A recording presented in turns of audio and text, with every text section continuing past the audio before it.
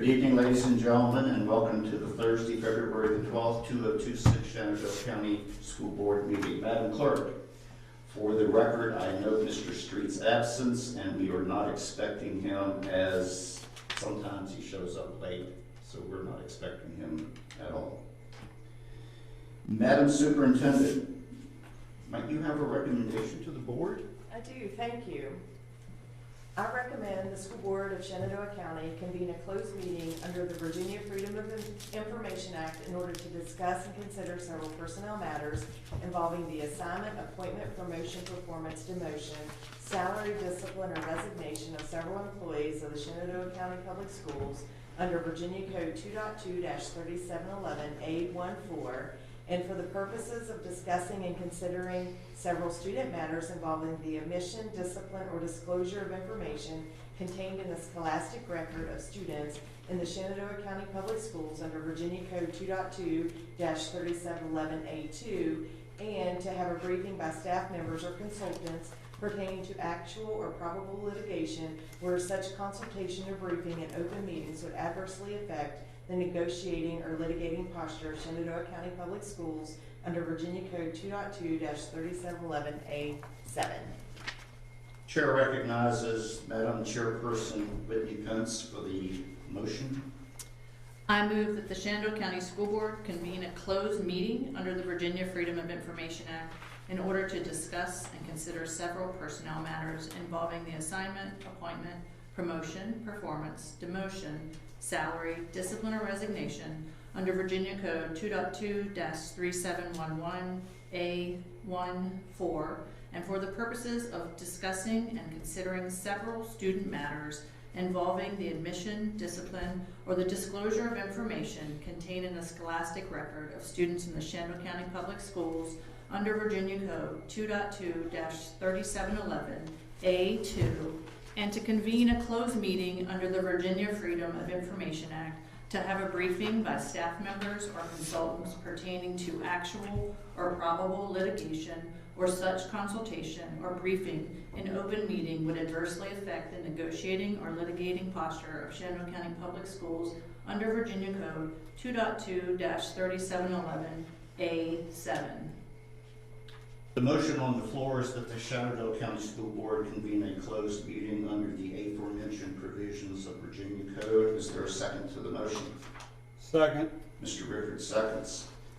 All in favor of convening a closed session indicate by saying aye. Aye. Opposed, no. 5-0, Madam Clerk. We will retire to closed session.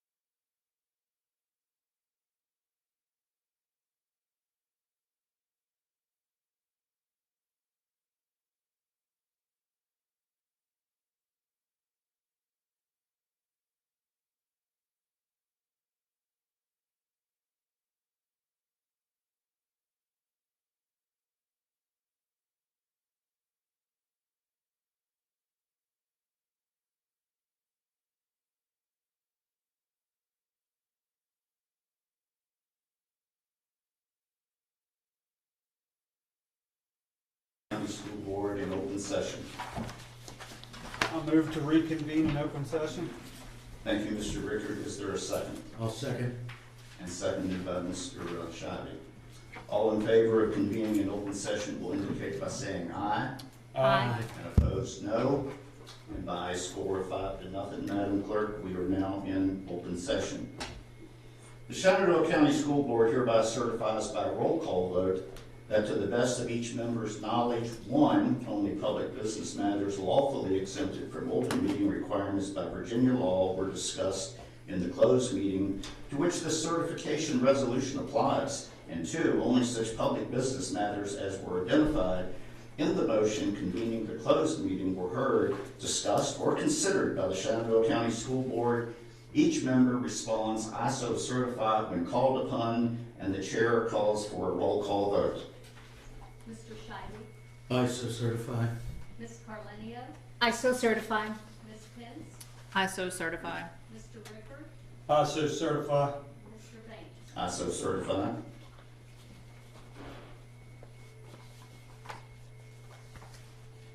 And that should reflect a unanimous 5-0. For purposes of leading us in invocation and the Pledge of Allegiance, I call upon Madam Chairperson, Vice Chairperson, Mrs. Pence. Thank you, Mr. Banks. Welcome, everyone. Please bow your head and join me in prayer. Heavenly Father, we come to you this evening in thanks for the opportunity to serve our students, families, staff, and community. We are grateful for the teachers and employees who care for our students each day. Lord, we ask you to grant us wisdom, clarity, and unity, and help us remain focused on what matters most, the well-being, safety, and success of every child entrusted to the care of our school division. Lord, guide our conversations so they are respectful and productive. Remind us of the trust our community has placed in us and the responsibility we carry to serve wisely and well. May we listen carefully, lead with integrity, and work together in service to our community. In your name we pray, amen.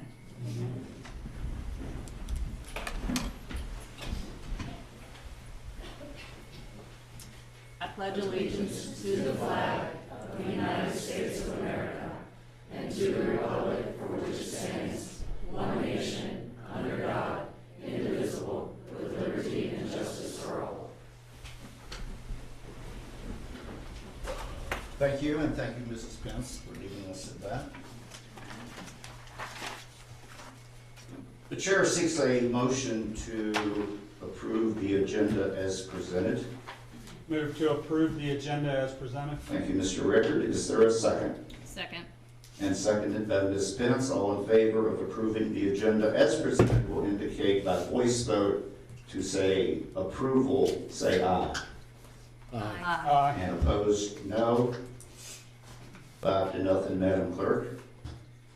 Dr. Shepard, it seems we have some guests here this evening. Maybe you can introduce some of these folks to us. We do. We have some great guests here this evening. The first person I would like to introduce is Dr. Martina Carroll, and she's going to do a special recognition for us.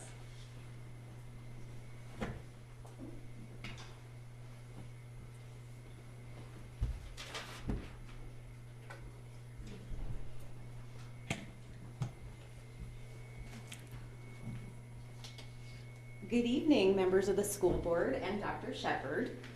This evening, I am honored to recognize Ms. Elizabeth Boretsky for her leadership and action in ensuring the safety of one of our students. Ms. Boretsky swiftly and calmly responded to a medical emergency involving one of our students. Without hesitation, Ms. Boretsky performed the Heimlich maneuver when a student who was choking came up to her. Ms. Boretsky acted with confidence and skill to ensure the student's safety. Ms. Boretsky also remained composed and discreet, handling a very sensitive situation in a way that avoided any unnecessary attention while taking immediate life-saving action. Ms. Boretsky, your quick thinking and calm presence put everyone at ease and showed care and professionalism that she brings forth to her building every single day. Thank you for leading with both skill and heart Our students, staff, and school community are safer because of her. Please come on up.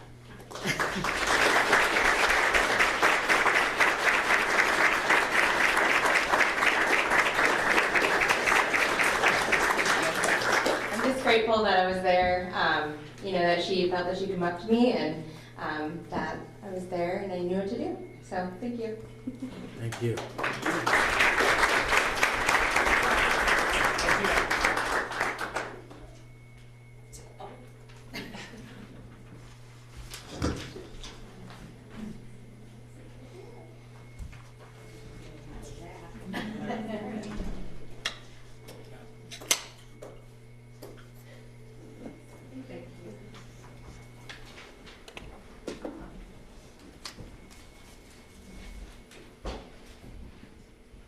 So we have quite a few music awards this evening.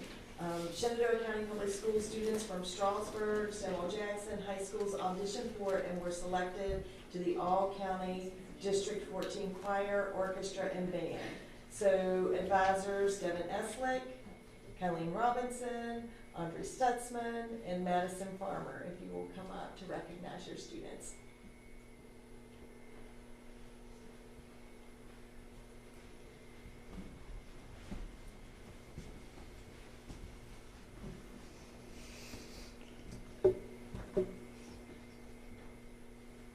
Good evening. Good evening. My name is Devin Eslick, and I teach orchestra and band at Strasburg High School. This evening, we are recognizing students from Strasburg High School and Stonewall Jackson High School who auditioned for and were accepted into either the VMEA District 14, either band, orchestra, or choir. The way that this process works is all high school students are invited to audition, all high school musicians are invited to audition for one of these three groups, regardless of experience level. From Strasburg High School alone, there are students who've been playing, because I'm an instrumental teacher, I happen to know them the best. I have students who have been playing their instrument for upwards of 7 years, and students who have been playing their instrument for less than 1 year, all of who have achieved the same honor. They typically receive audition materials at the beginning of the school year and have a little bit more than a month to prepare their audition materials to then be performed for a panel of judges, either in person or virtually. Auditions are then scored, and the top students are accepted into the either district orchestra, band, or choir. So these are some of Shenandoah County's, and in my opinion, Virginia's finest students, and the future of our community and our nation at large, in my opinion. So these are some of our finest that we have here.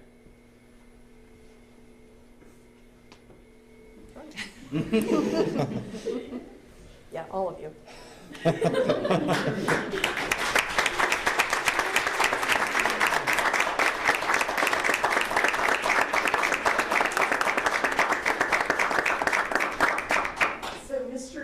Is going to try to get a picture of all of you. So Come on up, we'll just do it right here in front.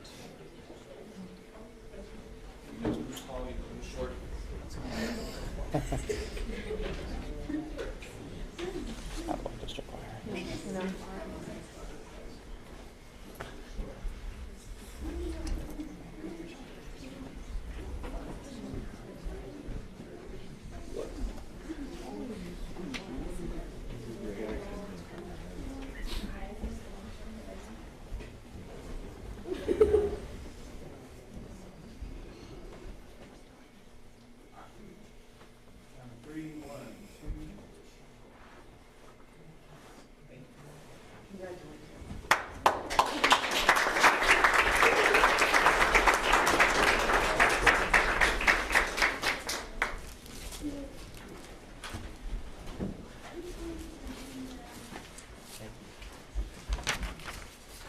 in Shenandoah County, we have such great, rich programs, and I will mention this here in a little bit, but our Central High School will be performing their musical this weekend. So if you want to see a good show, Central High School, and followed by Strasburg High School, and then Stonewall Jackson, you're in May, right? Yes. So, but great musical programs, great strings, band, and choir. All right, so the next recognition is, it is February, is School Board Appreciation Month. So at your seat, you should have some items from our schools and from the school office regarding our appreciation for school board members. School board members are elected to represent the interests of students, teachers, parents, and other stakeholders. The school board plays a vital role in ensuring that students have access to high-quality education, and members are responsible for the oversight, success, and effectiveness of school systems. February is School Board Appreciation Month, and we would like to acknowledge and celebrate our school board members. February is also School Board Clerk Appreciation, and we have two wonderful clerks. We have Cheryl Jett, who is a school board clerk, and deputy clerk is Crystal Stickley, and we appreciate all their hard work as well. So in honor of School Board Appreciation Week, I would like to take a moment to recognize and express our appreciation for the outstanding contributions of Ms. Jett and Ms. Stickley. As we celebrate School Board Clerk Appreciation Week, let's acknowledge the role the school board clerk and deputy clerk play in the smooth operation of school board meetings. The clerk attends meetings, maintain accurate records, and address the needs of our school division. Ms. Jett and Ms. Stickley's attention to detail and organizational skills positively impact the lives of students, teachers, administrators, and school board members. We're very fortunate to have them as part of our team. So thank you so much, Ms. Stickley and Ms. Jett. We really appreciate you. That is all the recognitions I have this evening.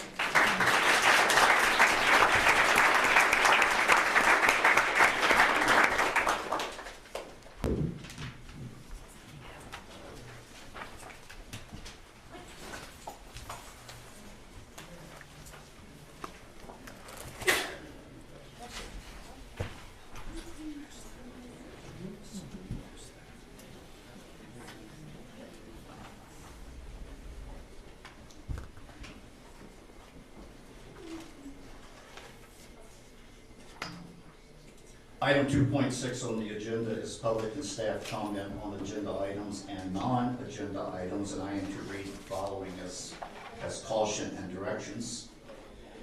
The Shenandoah County School Board welcomes public comment from Shenandoah County residents, parents, or guardians, as well as from current students and employees of Shenandoah County Public Schools. School board members do not respond to public comments during the meeting or hearing. Each speaker may speak for up to 3 minutes. The board generally allows up to 30 minutes for public comments on agenda and non-agenda items at the beginning of the meeting, which is now. If there happens to be a large number of speakers, which is not the case because only 3 signed up, the board may limit the total time for comments and or may reduce the time allotted for each speaker. All comments should address a matter related to Shenandoah County Public Schools. Complaints regarding division employees should be directed to the school principal or an appropriate school division official. The school board expects that each speaker will be courteous, modeling for our students how one can respectfully disagree with others' views. Speakers will address their comments to the entire school board and not to one individual board member, to the superintendent, to a staff member, nor to the audience. Speakers will not engage in personal attacks.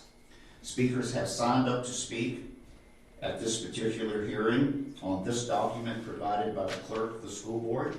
The school board clerk will ascertain that speakers indicate their role as stakeholders and valid addresses. Speakers are called in the order in which they are signed up. If time allows, the chair may allow comments from individuals who have not signed up.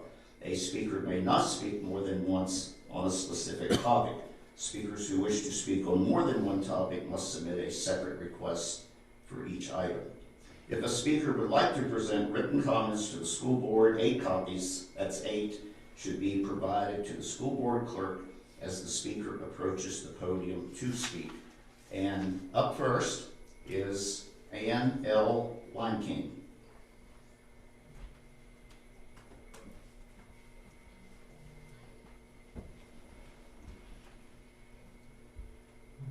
Happy appreciation. We appreciate each of you, our school board members, and congratulations to those folks as well that do a lot for us that typically goes unrecognized. Good evening, school board members and Dr. Shepard. I'm here to respond to the presentation that was provided at the work session on February 2nd by the architects, who provided a variety of options on how the school board could use funds budgeted for the urgent issues this county is facing in relation to the schools in our county. Before becoming a school counselor 7 years ago, I had a small construction business for 14 years, and my two brothers also work in this field. And I'm sure some of you in this room have personally experienced a new build of a home or a renovation and know the pros and cons that come with both. Tonight I want you to imagine a full construction crew at WW, Robinson, and Sandy Hook Elementary working around 900 to 1,200 staff and students, staff who are trying to teach our youngest student population, students who are trying to learn, work, take tests, eat, and hopefully play outside, unless there's makeshift playgrounds that have to be provided. Then imagine that same construction crew working at a location that would not interfere or interrupt a single student trying to get an education here in Shenandoah County. They would have the freedom to come and go without delays of traffic congestion. They could run their loud equipment that typically produces diesel fumes. There'd be noises of demolition, removal of materials, the need to turn off electrical power to make needed upgrades, and assembling a new infrastructure that would be necessary if we had a renovation. I would like to read from the minutes of the last meeting. Mr. Rickard said, but I think he hit on a point a little while ago, that to properly renovate these elementary schools, there's going to be disruption in instruction. That's realistic. And Mr. Cupp said, there is. And then Mr. Rickard said, if we build that new elementary school first, took half of Sandy Hook, half of WW, we could then properly renovate those elementary schools by moving the kids. Mr. Cupp, yes. Yeah, it would help. That takes enormous pressure off. And so we all know that.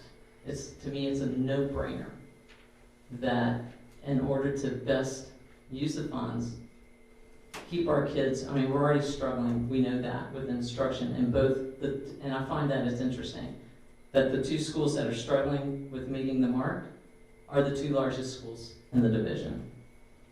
So a new elementary school located in Morgantown would be the most cost-effective and provide no disruption to the education of our students, and provide the ability to cost-effectively renovate the school facilities that the taxpayers have already invested in. Thank you. Thank you. Speaker number 2, Paige Cross.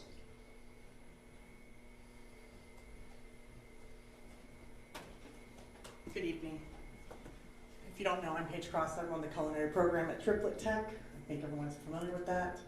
I came before you this evening because I know the task before you is very difficult. As being a member of the town council in Woodstock, I know the very difficult decisions you have to make concerning money and the opportunities that we would have to do that. Hopefully you can still hear me.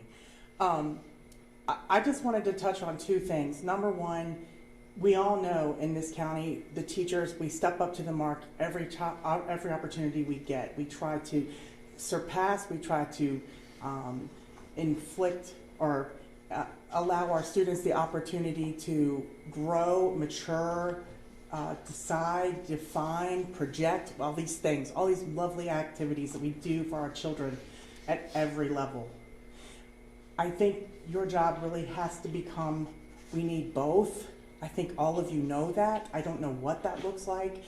I was at the last meeting. I had the opportunity to see lots of plans that were before you. I know that certainly could become overwhelming, but I know that this group can make an effective decision as to how you can best help us do what we do best. And that means we need better facilities, whatever that might look like. I would tell you that I'm partial to Triplet, of course. I've been there for 14 years. I've been in Shenandoah County since 1985. I graduated from Central High School. I came from a very large Richmond population to a very small community, and I was afforded lots of opportunities because I came to a small community and had an opportunity to develop leadership. I stand before you this evening because of that. The second thing that I'd like to say is, I know that the amount of money we're talking about spending is an astronomical amount of money, but it will never become any cheaper than it is right now. And so us waiting any longer to make any effective decisions one way or the other for one school or another school or both, we know it's going to cost money, more money. So I hope that we can find a way to make everyone's opportunities greater because of the fact that we have more opportunities, we have more space, we have more defined things, we have more equipment. On our end, we have lovely equipment and electrical issues out the window. I've lost $7,000 this year from my electrical issues that we had. We lost power for several days and we didn't know it. And I lost $7,000 worth of stuff out of my freezer. And that's not the first time that's happened. We lose equipment. I've lost 2 refrigerators this year due to electrical issues in our building. And so I ask you to really think, and I know you are, trying to come up with how we can make everything that we do in Shenandoah County be effective for our kids. So I thank you for your time. Thank you. And the third speaker, Tina Maddox. No. Did I read that one? No Tina Maddox? I'm here, but I didn't sign up to speak. Well, somebody by that name. Maybe you'd like to ad lib for 3 minutes. No? She just wanted us to know she was here. No. Not putting out. She just wanted us to know she was here. The records will indicate, as Ms. Pence said, that you were present.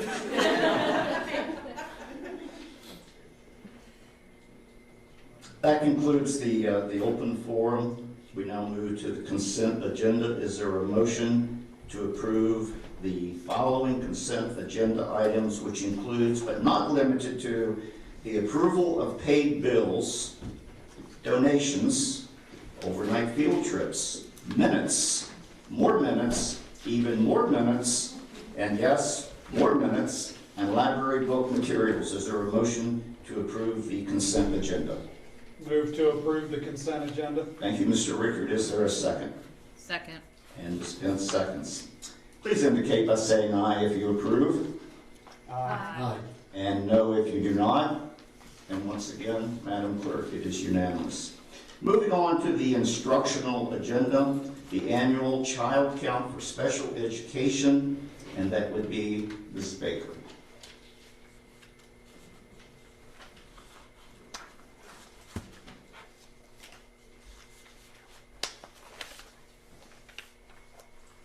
And Ms. Baker, by the way, is the Director of Student Services. Thank you.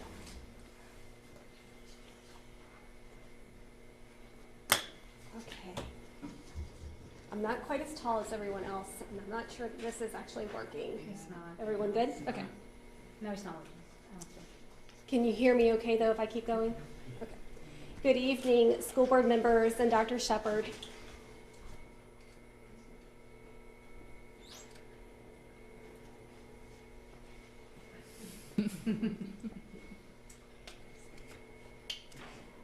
This evening, I'm presenting information from the 2025 child count.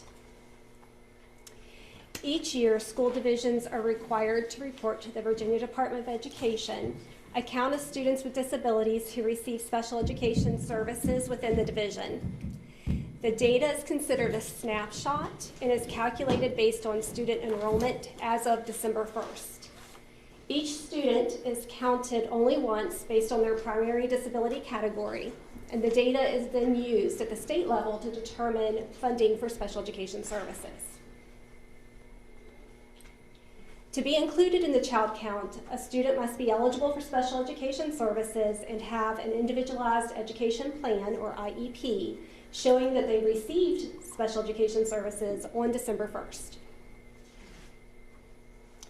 This slide shows the disability categories for educational related disabilities in Virginia.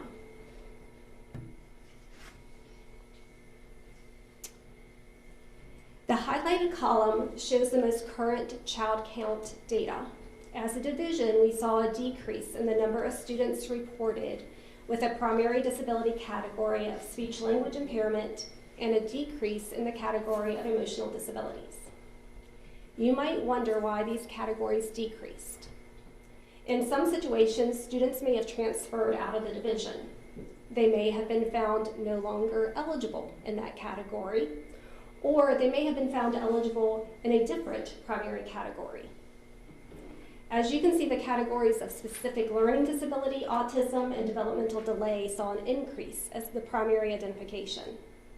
This might be due to new eligibility determinations, to students transferring between categories, or to students transferring into our division already identified from another division.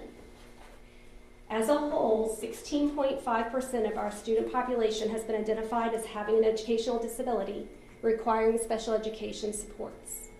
This is slightly higher than the national average of 15.2%.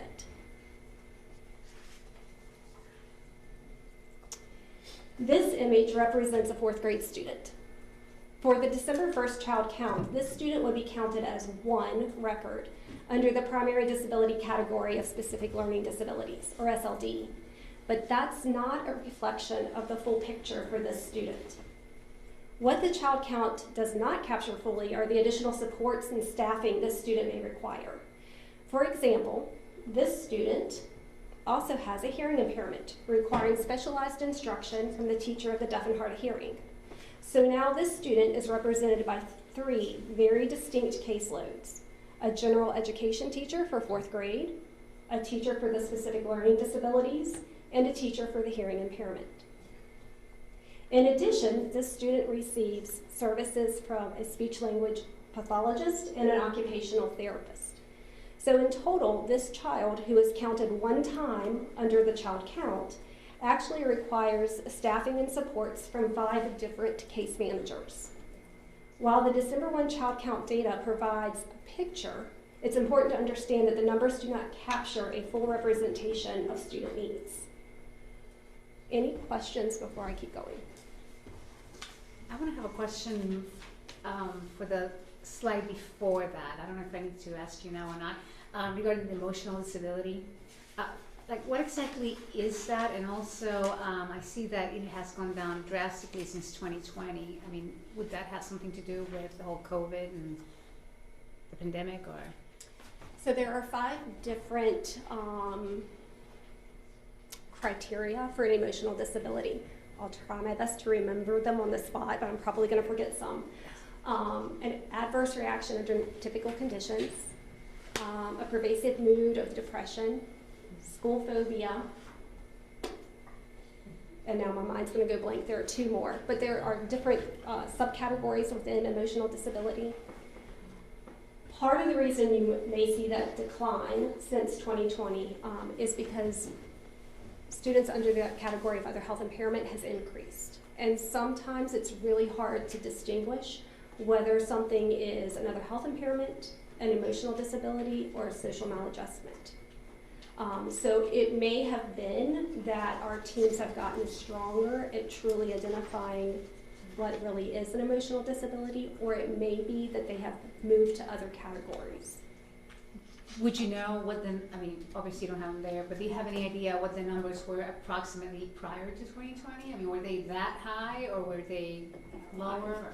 I'm sorry, I can find that information. Yeah, that'd be great if we could do it maybe a couple of years before that. Sure, sure, yeah.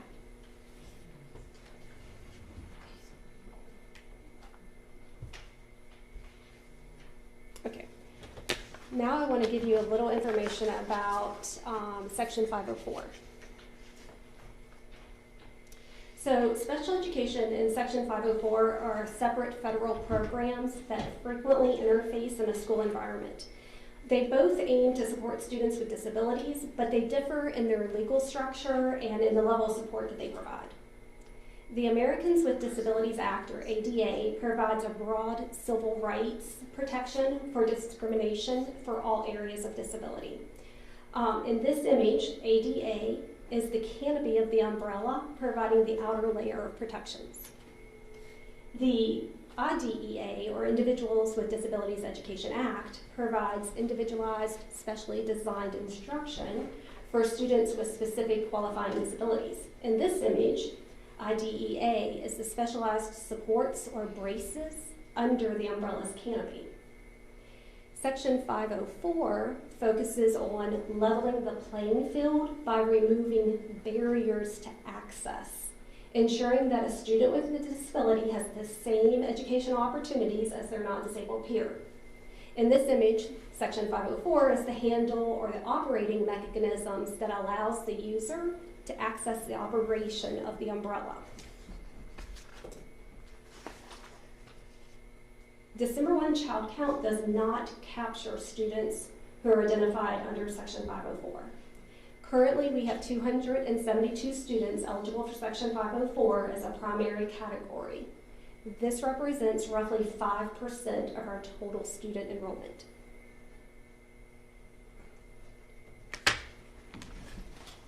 This graph shows the number of eligible students as a percentage of the total division population.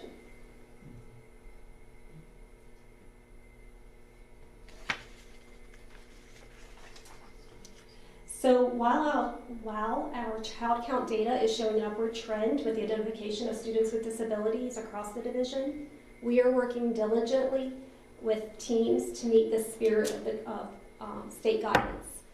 As new guidance becomes available or as new precedents are set, our teams are responding to those updates. The Virginia Department of Education provides us with guidance documents to utilize when making eligibility decisions. Our teams are utilizing those documents, and we are working with the team leads to ensure accuracy and consistency across our division.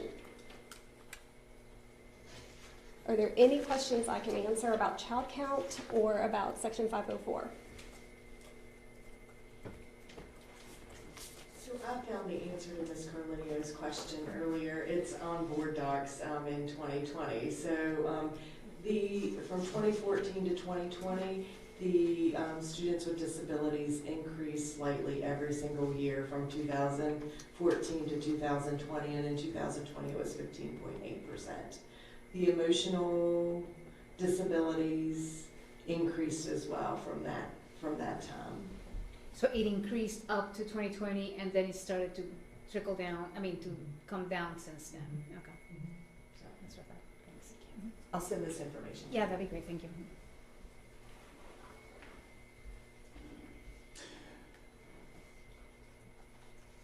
Moving on to item 4.2, celebrating America's 250th anniversary.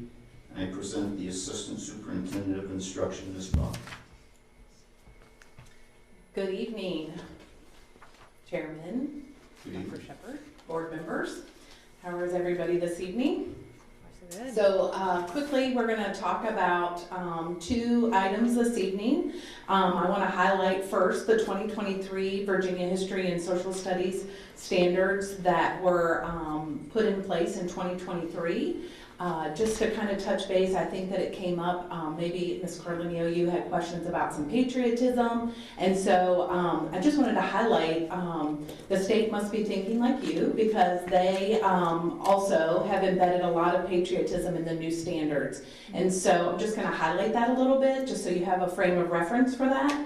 And then we're also going to talk briefly about where we're going to head for the American celebration of 250 years.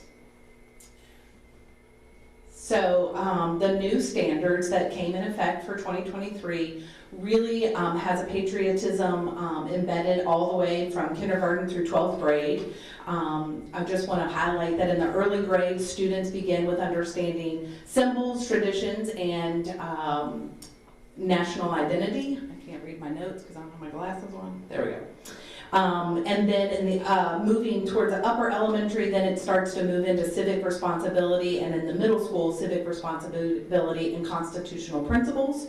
And then by high school, students are starting to engage in the democratic participation, service, and defending American values. But it's important to note that the patriotism in these standards is framed as informed and active citizenship, not just simply ceremonial participation. So this ensures students understand why traditions and civic duties matter. So I thought that was important. And then these next two slides just really pull out for each grade level, and you have this on board docs so that you can refer back to it, but it really pulls out the specific standards that address patriotism. And so you can see that through kindergarten through 4th grade, keep in mind 5th grade is our local history, and so it's embedded in our local stuff, but I didn't pull that because it's not specifically from the state. And then in middle school, all the way up to government and high school. So you have that there to reference. And then as we move into the 250th celebration of America, so just to kind of help the schools, we thought we would kind of bring together some ideas so that it wasn't daunting for our principals to figure out. So we've kind of taken the stance of symbols, voice, and service. And so our elementary schools will really be focusing on understanding national symbols and traditions, which goes along with the SOLs that they're teaching. And then middle school will really be working on exploring civic voice and democratic ideals, which goes along with their civics units. And then at the high school, we really thought we'd engage in civic duty and community service and giving back to our communities. So we'll be working with our high schools, middle schools, and elementary school principals at the next principal meeting to really talk about what they would like to see happening in their buildings. But we've just made a quick list of some of the things that we could be doing. So of course, at the elementary schools, we could be writing or drawing what America means to me, patriotic songs and discussions, hallways and classroom displays. And I know at W.W. Robinson, they usually have a theme for their field day. And so Ms. Mason even talked about possibly having American celebration be part of their theme for field day. So those are some of the ideas for elementary. And then at middle school, having mock voting, student voice walls, and historical examples of youth civic engagement. And then at the high school, we talked about having guest speakers and public service fields come in, student reflections on service and democracy, and then thinking of ways that they could give back to their community. And we also talked about maybe some of the high school kids could go and help and do some community service in the elementary or middle schools to help with some of these other projects that are happening. So those are just some ideas that we've kind of brought together, and I just kind of wanted to highlight those for you because I know that you guys were having questions about it. Any questions for me? Well, I want to commend you for you guys doing this. I think it's going to be a lot of fun. Now, here's a question. Are you guys going to do this only this year for the 250th anniversary, or is it something that we're going to have ongoing?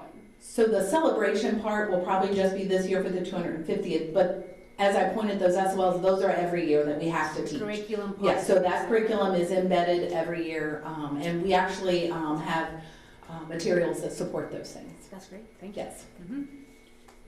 I also want to thank you for doing that.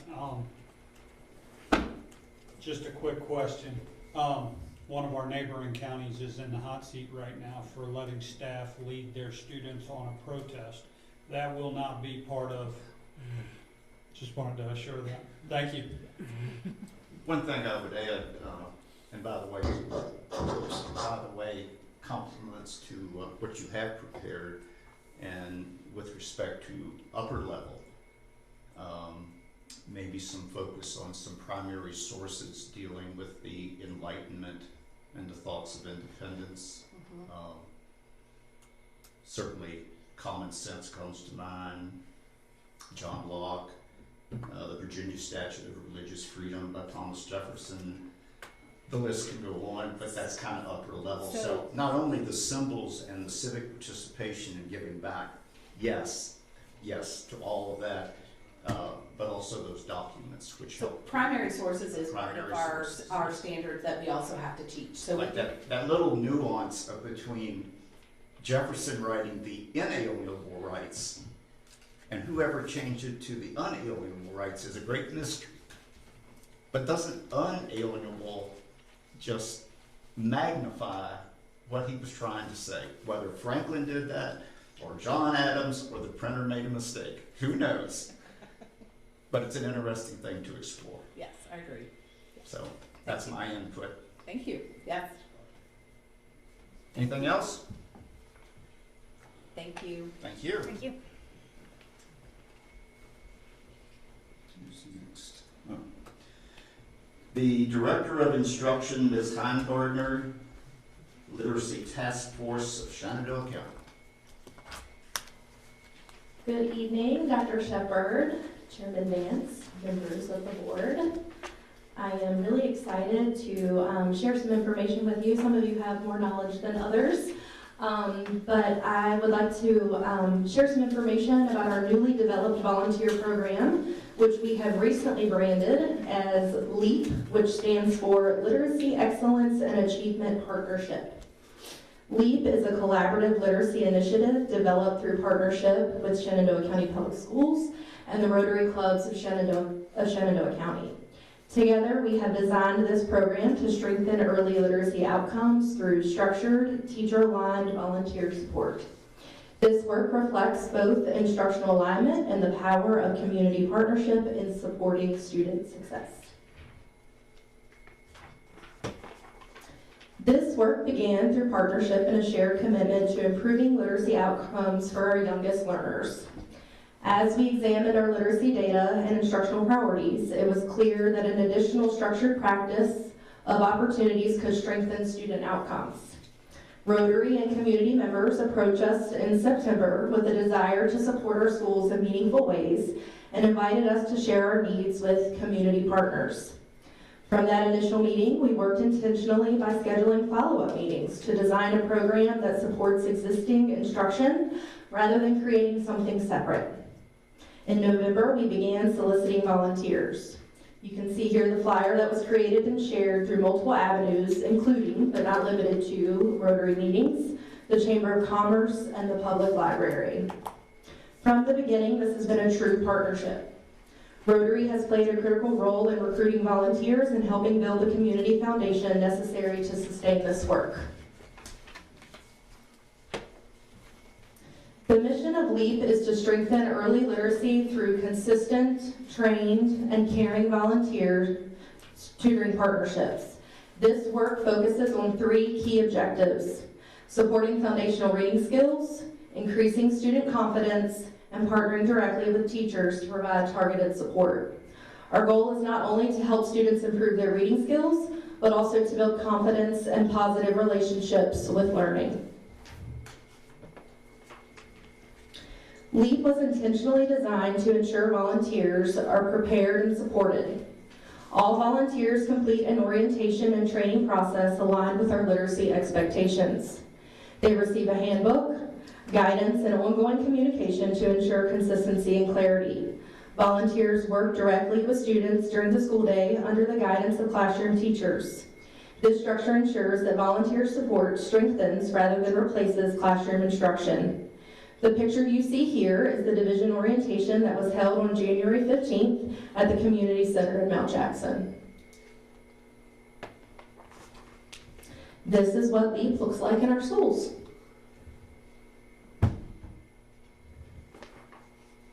Volunteers are working directly with students in small groups and individual settings, providing reading practice, reinforcement, and encouragement. They're helping students apply skills, build fluency, and develop confidence.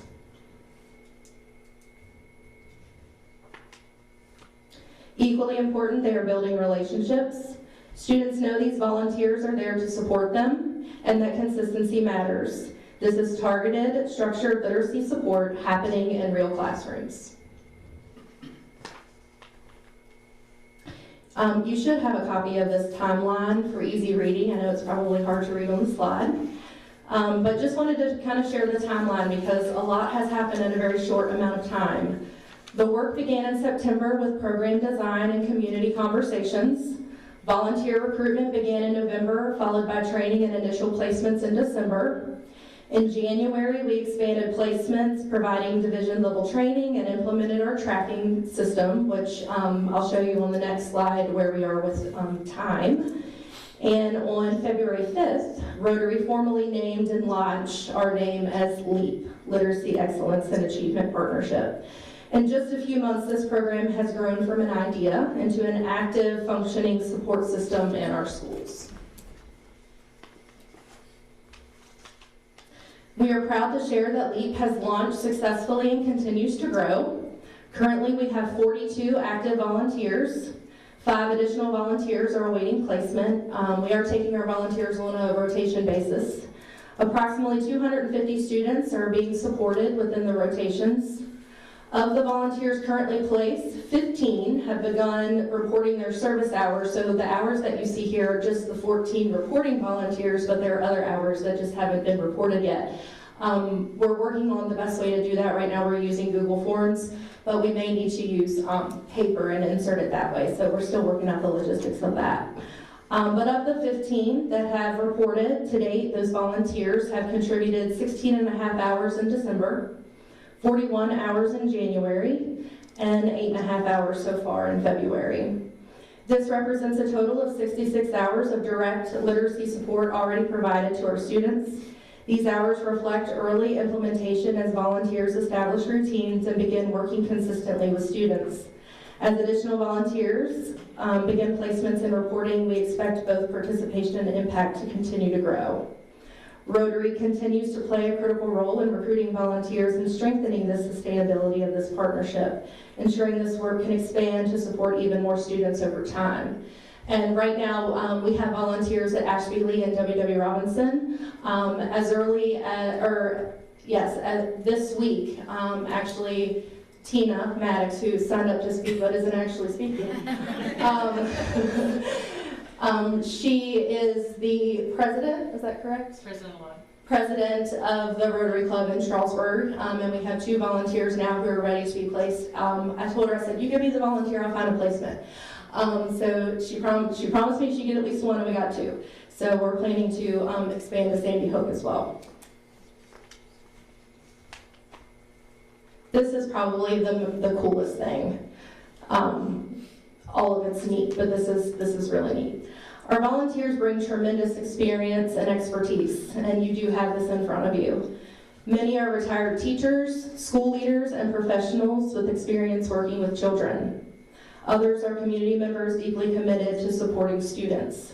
All volunteers complete training and background checks and work under the guidance of teachers and administrators. They are not replacing educators, they are strengthening our ability to support students. This is a powerful example of how our community is investing directly into our schools. And I will say, as somebody who travels to this division from a neighboring division, sitting in these meetings, it's a feeling that I really can't articulate, to be around these really passionate individuals who just want to volunteer their time. I know how I feel when I leave their presence. I can only imagine how our kids feel. The success of LEAP is rooted in clearly defined roles and shared responsibility. Shenandoah County Public Schools provides program design, instructional alignment, training, and oversight. School administrators, and I know Tara's here tonight, school administrators coordinate implementation at the building level. Teachers provide guidance and ensure volunteer support aligns with classroom instruction. Volunteers provide structured literacy practice and encouragement for students. Rotary supports volunteer recruitment and helps sustain the community partnership that makes this work possible. Moving forward, our focus is on strengthening this work through continued recruitment, ongoing training, and alignment with our instructional priorities. LEAP represents a sustainable model of partnership that strengthens literacy outcomes while reinforcing the strong instructional work already happening in our classrooms. In just a short time, we have built a structured, sustainable program that is already making a meaningful difference for students. We are grateful for the volunteers, educators, and community partners who are helping make this work possible. At this time, I would like to invite our LEAP volunteers who are present and our LEAP leaders who are here, as well as our administrator this evening, so please stand so we can recognize you. Thank you for the impact you're making in our schools.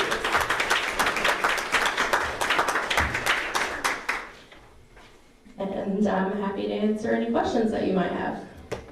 I I just want to say, I am so happy that you guys are doing this. I mean, this is exactly the kind of thing that I like to see in the community. I know in our mental health task force, we talk about this all the time. Not only are you helping the students with literacy, which obviously is a problem, I'm not saying necessarily here, but nationwide, we know our kids are not reading as much.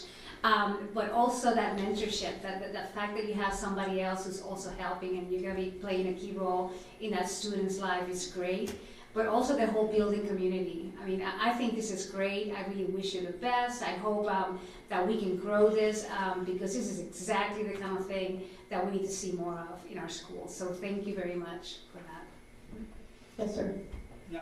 Thank you for having them stand. However, I identified some of them in the pictures on the slides you put up, and I just wanted to personally thank you all. There's nothing more important than teaching a child to read, and thank you for volunteering your time. It means the world to me. Yeah, I just want to say that this group truly operated as a task force. I've been very fortunate to be part of their meetings since September, and it's been really amazing just to see how the members just zeroed in on our reading data. You know, they identified the need and they developed a plan, and they moved right into action.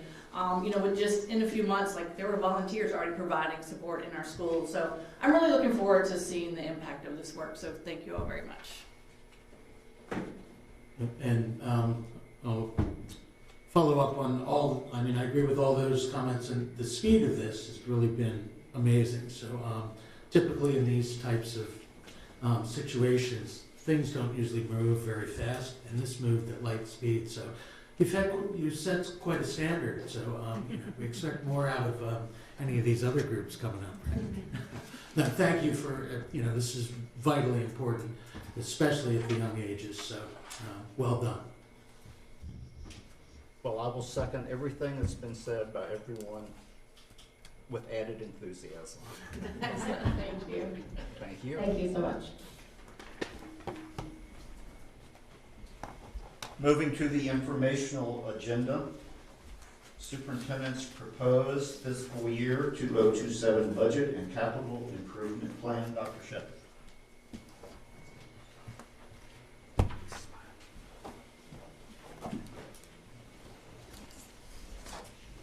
Thank you.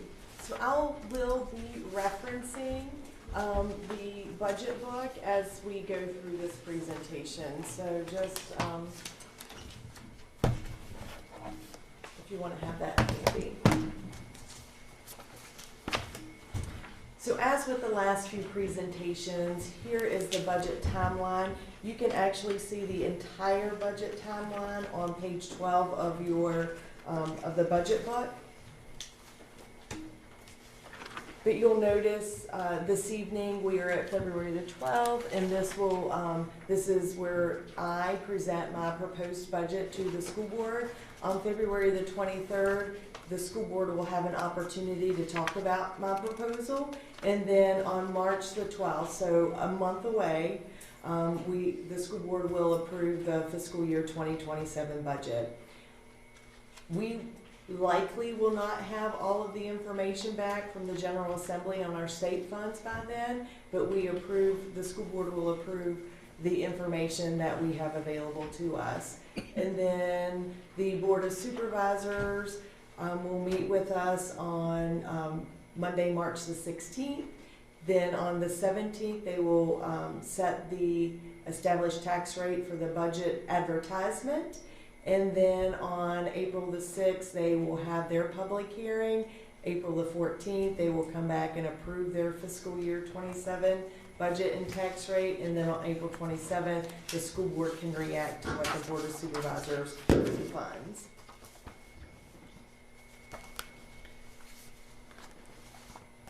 So just wanted to highlight that Shenandoah County continues to be the #1 employer here in Shenandoah County. We've been #1 the year 2016, but at least through 2010, we've been the #1 employee here in Shenandoah County, and we continue to be.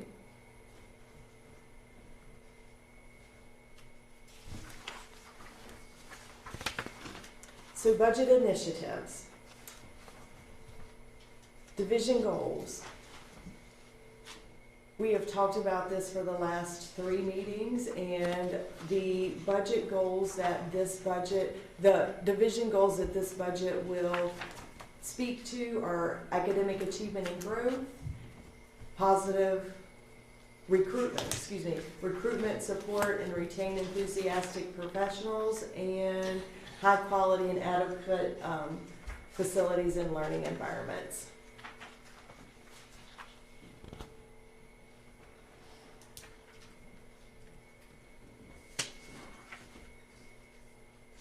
So on page 17 of the budget book, you will see my proposal.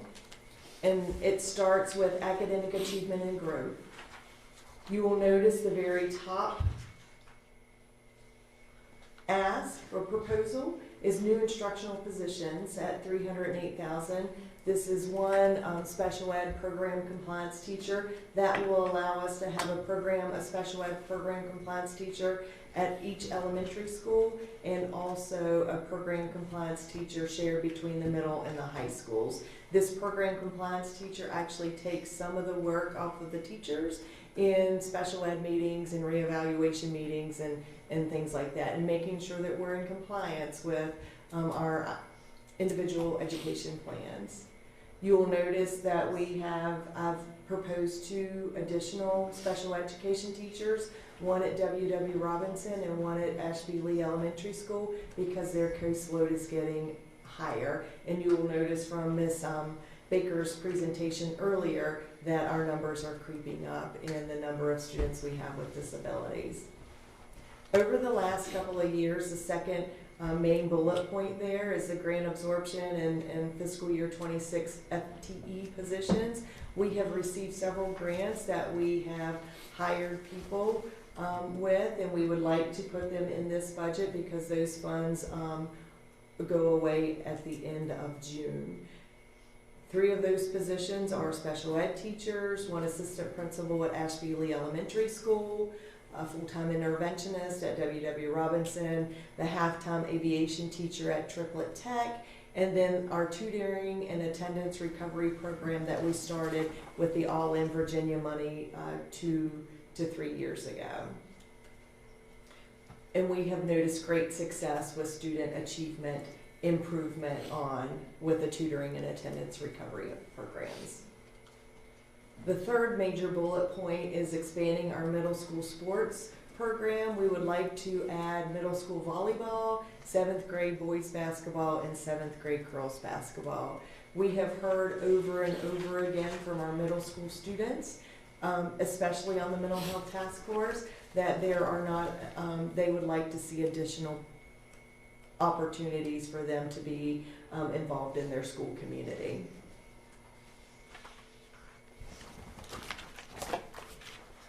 For the second mission that we're looking at is the recruit, support, and retain enthusiastic professionals. My recommendation is a 3.25 cost of living adjustment to all salary scales plus a step increase. And you'll notice that's a little over almost $2.9 million. I would like to propose a special education teacher incentive, which would give each special education teacher a $5,000 stipend, whether they're a new hire or an existing special ed teacher.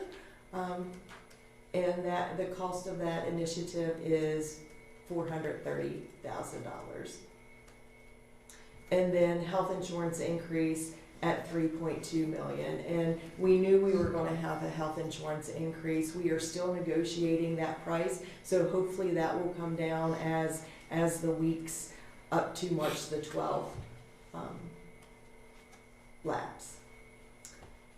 And my recommendation is that we leave the proposed health insurance premium for our employees the same as it was last year. We're not going to be able to do anything more with our health insurance rates, but to leave them static would be my recommendation.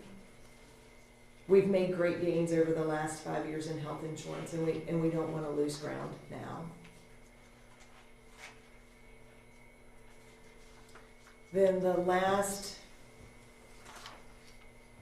statement, the high quality and adequate facilities and learning environment.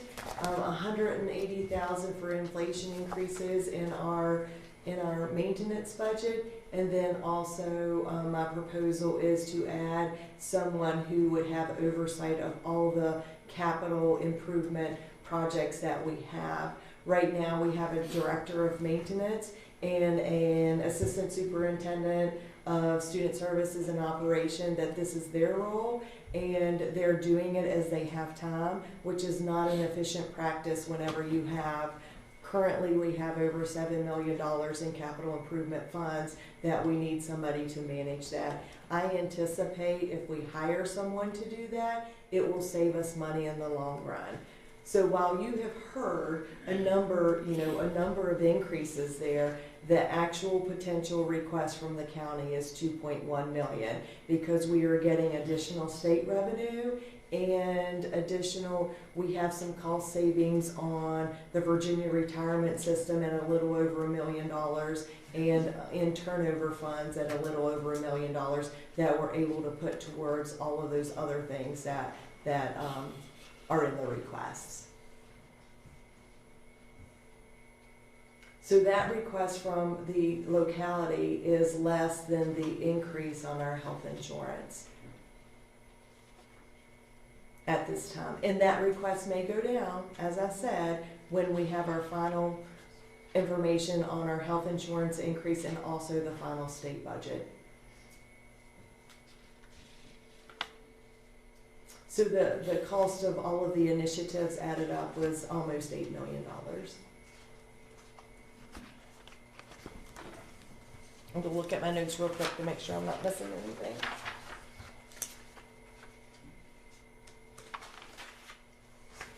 Page 19 displays this chart here.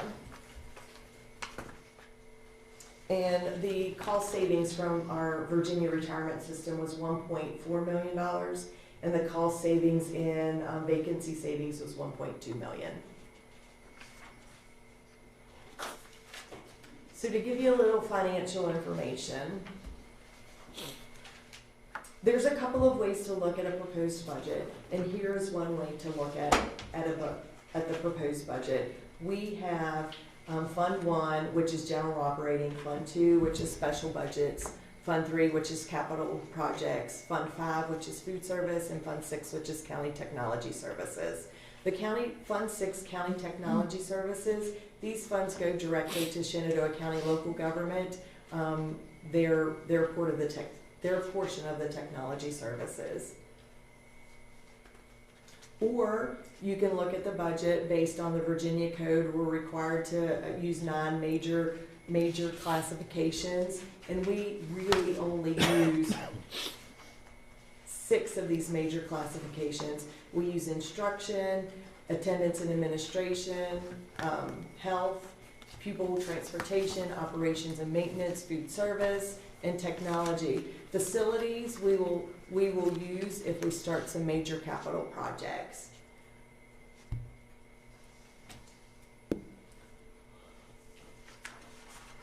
This information is on page 22 of your budget book. And the other 2 codes, categories that we do not use are contingency and reserves and debt. So another way to look at that, the 6 categories that we use, here are the 6 categories that we use, and here's the funding that we're requesting from each of those categories. And the next slide will show a chart that will display this information as well. And that chart is on page 24 in the budget book. So you will notice we're still spending a little over 71% on instruction, which is our main focus, and the rest of the chart shows administration, attendance and health, transportation, operations and maintenance, food service, and technology. A few years ago, our Board of Supervisors had requested possibly doing categorical funding. We have the information in our budget book if we're requested to do categorical funding, so we're prepared for that. if that's a request from the Board of Supervisors this year. I'm sorry, does that mean that they would fund things by category, or? It would mean that they would fund things by category. So instruction, they would say, okay, 72% of your budget, this amount of money is for instruction. And if we had to change, request a transfer between categories, we would have to get permission from the Board of Supervisors to do that.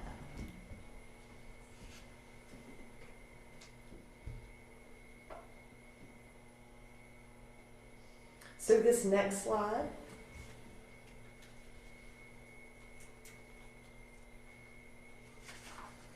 is on page 20 of your budget book, so we're going back a couple of pages.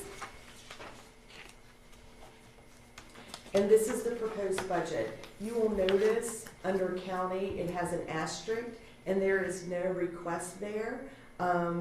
We usually do not put a request there, but our request at this time for the county is a little over 2.1 million.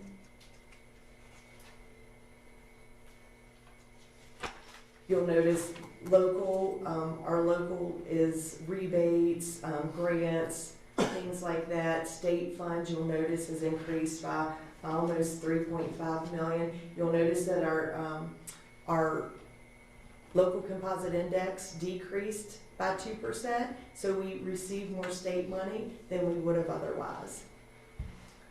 Federal, going down a little bit, not significantly, but at $302,000.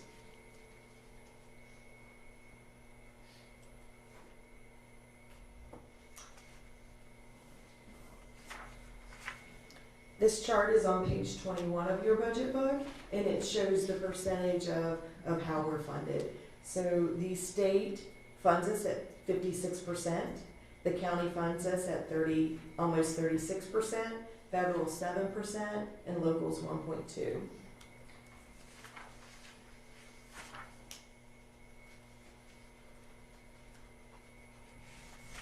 And our local composite index was 0.4042, so about 40%. So we're right in line with our local composite index with how we're being funded.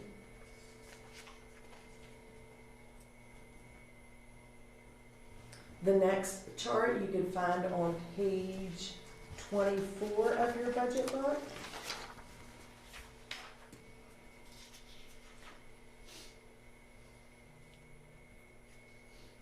%86 of our budget, of the proposed budget, is people,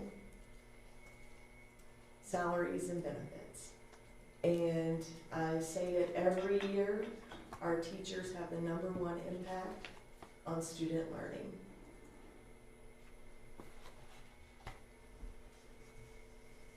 Followed by our school administrators, our principals and assistant principals. They're a close second. So this is the end of the budget portion of the presentation. The next part will go into capital improvement plan, and then the next agenda item will be major capital. So this is what Mr. Hensley and Ms. Campbell have been presenting over the last couple of weeks. I included it in my presentation because it is now part of the superintendent's proposed budget. The information is the same that as you've seen over the last few weeks. You'll see our facilities at a glance, and you'll notice our elementary schools are close to 90% or above at capacity. Our middle schools at 65 to 79% capacity, and our high schools between 62 and 78% capacity.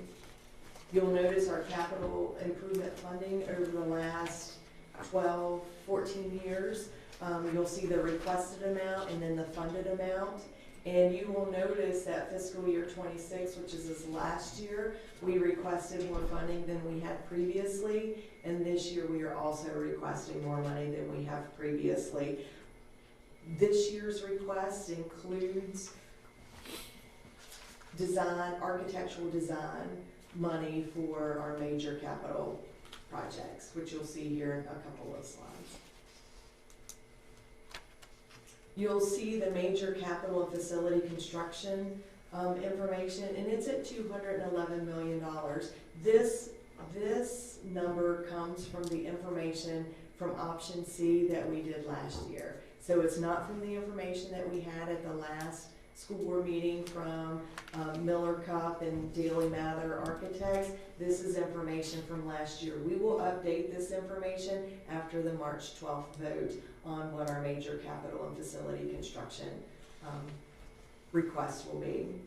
You'll notice the number of desirable, necessary, and urgent items that we have on our capital improvement plan, and the number below at 258 million, that's the 5-year total. The one on the right is this fiscal year's request. Shown a different way, it shows the major capital information displayed over 5 years, and it also shows the operating CIP, which includes transportation, safety and security, HVAC, roofing, electrical, plumbing, equipment replacement, athletic facilities, and minor construction.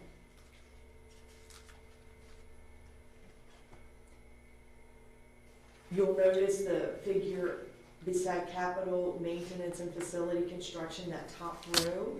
You'll notice that for year 2026-27, it's $8 million, and that is the design, the architectural design cost of whatever we may do.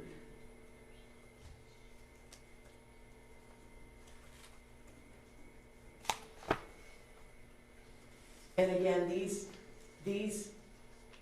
figures, the 211 million, are figures that we use for option C when we presented this information at that time. So the CIP list, you can see transportation, we're asking for $5.5 million over the next few years.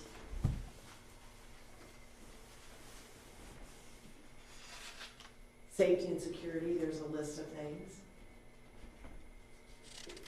And this is just a duplication of what you've heard over the last number of meetings.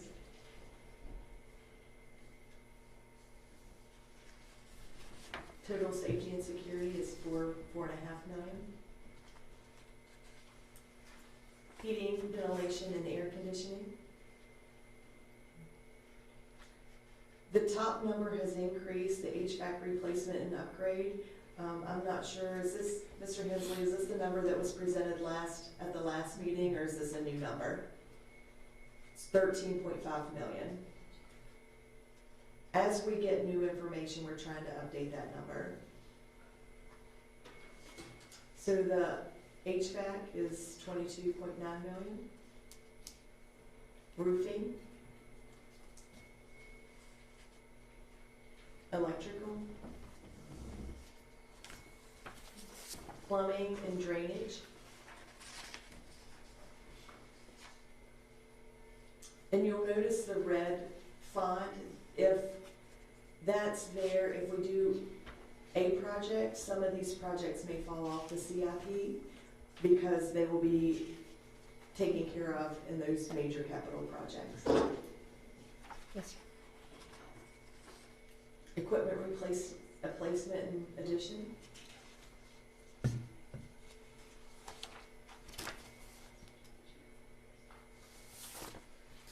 $2.6 million. Athletic facilities, 1.6.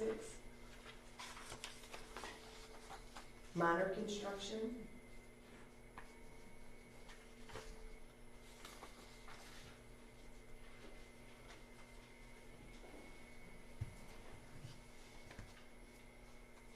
At $5 million.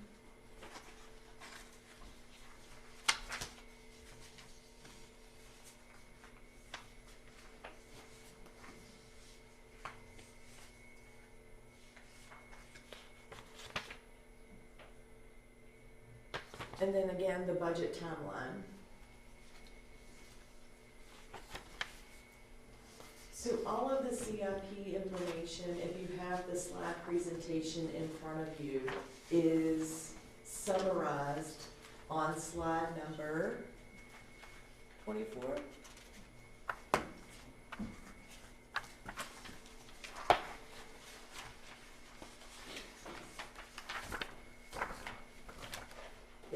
That's right, slide 24.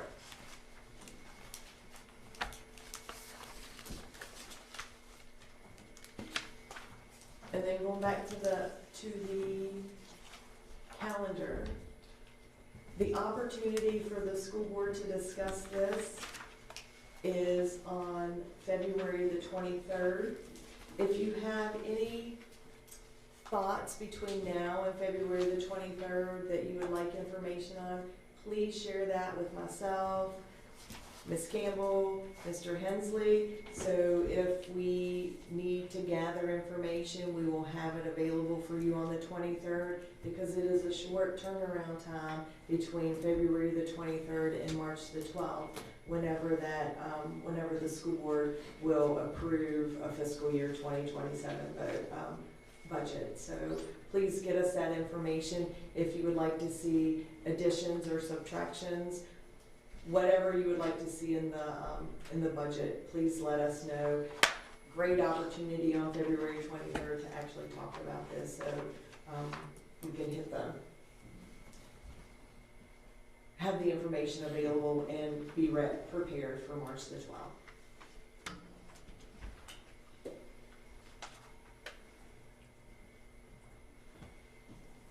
Yes, sir? I have 2 questions and 1 statement. First question, the tutoring and attendance recovery programs you spoke of under Fund 1, do you have data to support that? We have data that supports, yes, we do. Could you get that to us, please? Also, the 3.25% COLA and step increase, is that going to keep us competitive with our neighboring counties? So while I have not heard officially what our neighboring counties are proposing, I know that we lag behind, and I hate to say this out loud in public, that we lag behind Frederick County. We're a little ahead of Rockingham County though. But I don't know what their proposal is for next, for fiscal year 27. The last thing I have is I noticed you put in a $5,000 stipend for the SPED teachers. I want to applaud you on that. I know we had originally talked about $2,500 last year.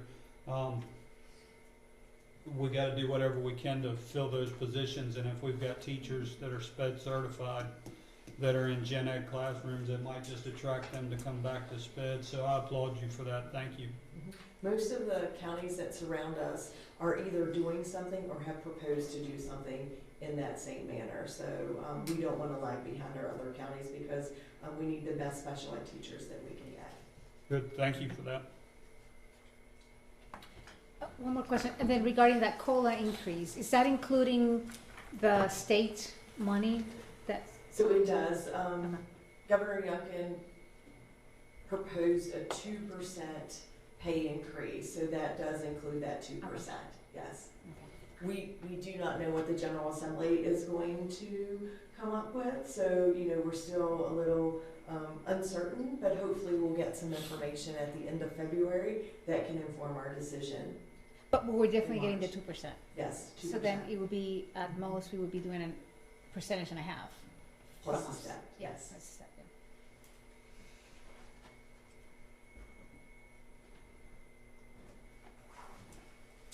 All right, I'm looking forward to February 23rd. I'm not gonna be here. Sorry. So we're ready for cell phone discussion? Major capital. Oh, major capital. Yes. And really, I just have a statement on major capital. We'll have an opportunity to discuss major capital again at the February 23rd meeting. All of the documents that we have shared previously are part of the board agenda, and we will make it part of the board agenda item for February the 23rd, and it'll be a great opportunity for school board members to have discussion on where you want to see us move with major capital projects, because again, that'll be up for vote at March the 12th. And that's it? That's it. That's it. Okay.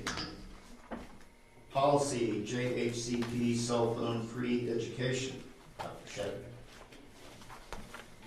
A school board member requested revisions to policy JHCP, cell phone free education. So at this time, I am going to turn it over to Mr. Shabby. Thank you, Dr. Shepherd.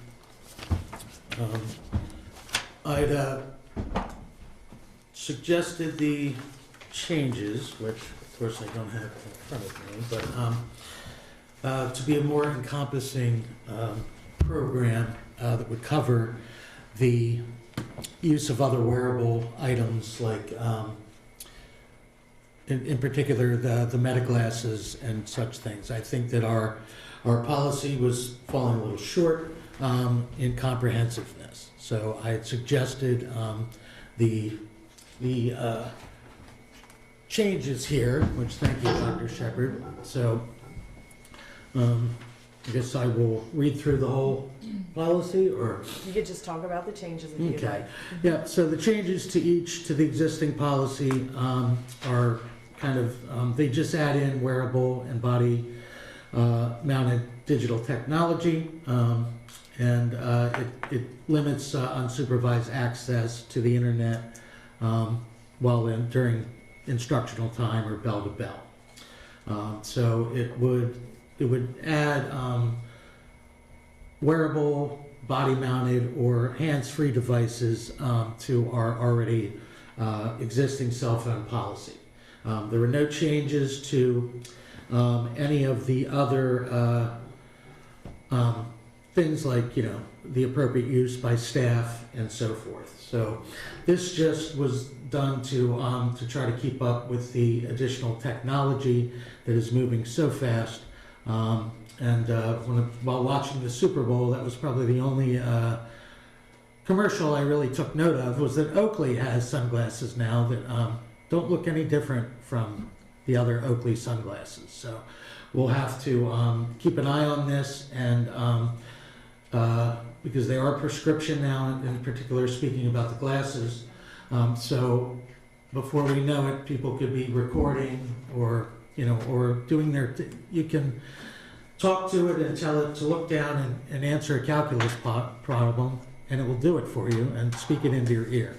So I'd like to try to stay ahead of this and make it easier for our teachers to teach without the distractions of wireless or cell phone devices.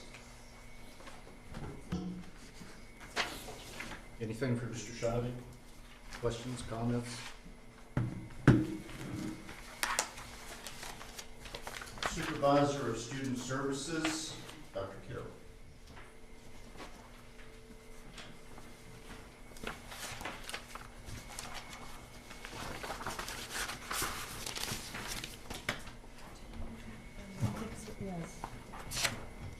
Thank you, ma'am.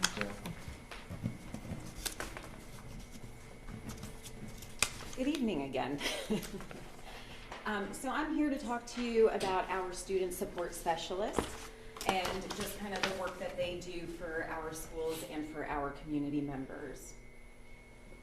First, I would like for you to meet our student support specialists in case you don't know who they are. We have Miss Ellen Moten. I'm going to just read from the top.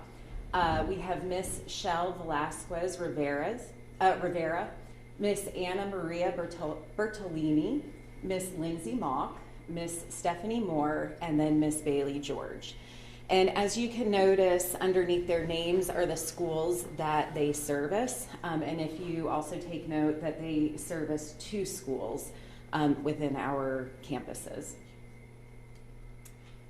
So the purpose of today's meeting, I just want to let you understand the scope and impact that the student support specialists make in our everyday lives. I want you to also learn how our student support specialists support our schools, families, but also the community.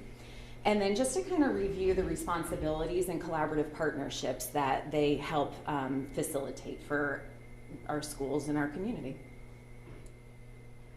So one of the things that I wanted to bring to your attention is they do have a student support specialist mission, and that is through a culture of care and respect. The student support specialist will connect students and their families with services and resources that address or minimize personal challenges outside of the classroom that can also impede the academic progress and achievement of educational goals.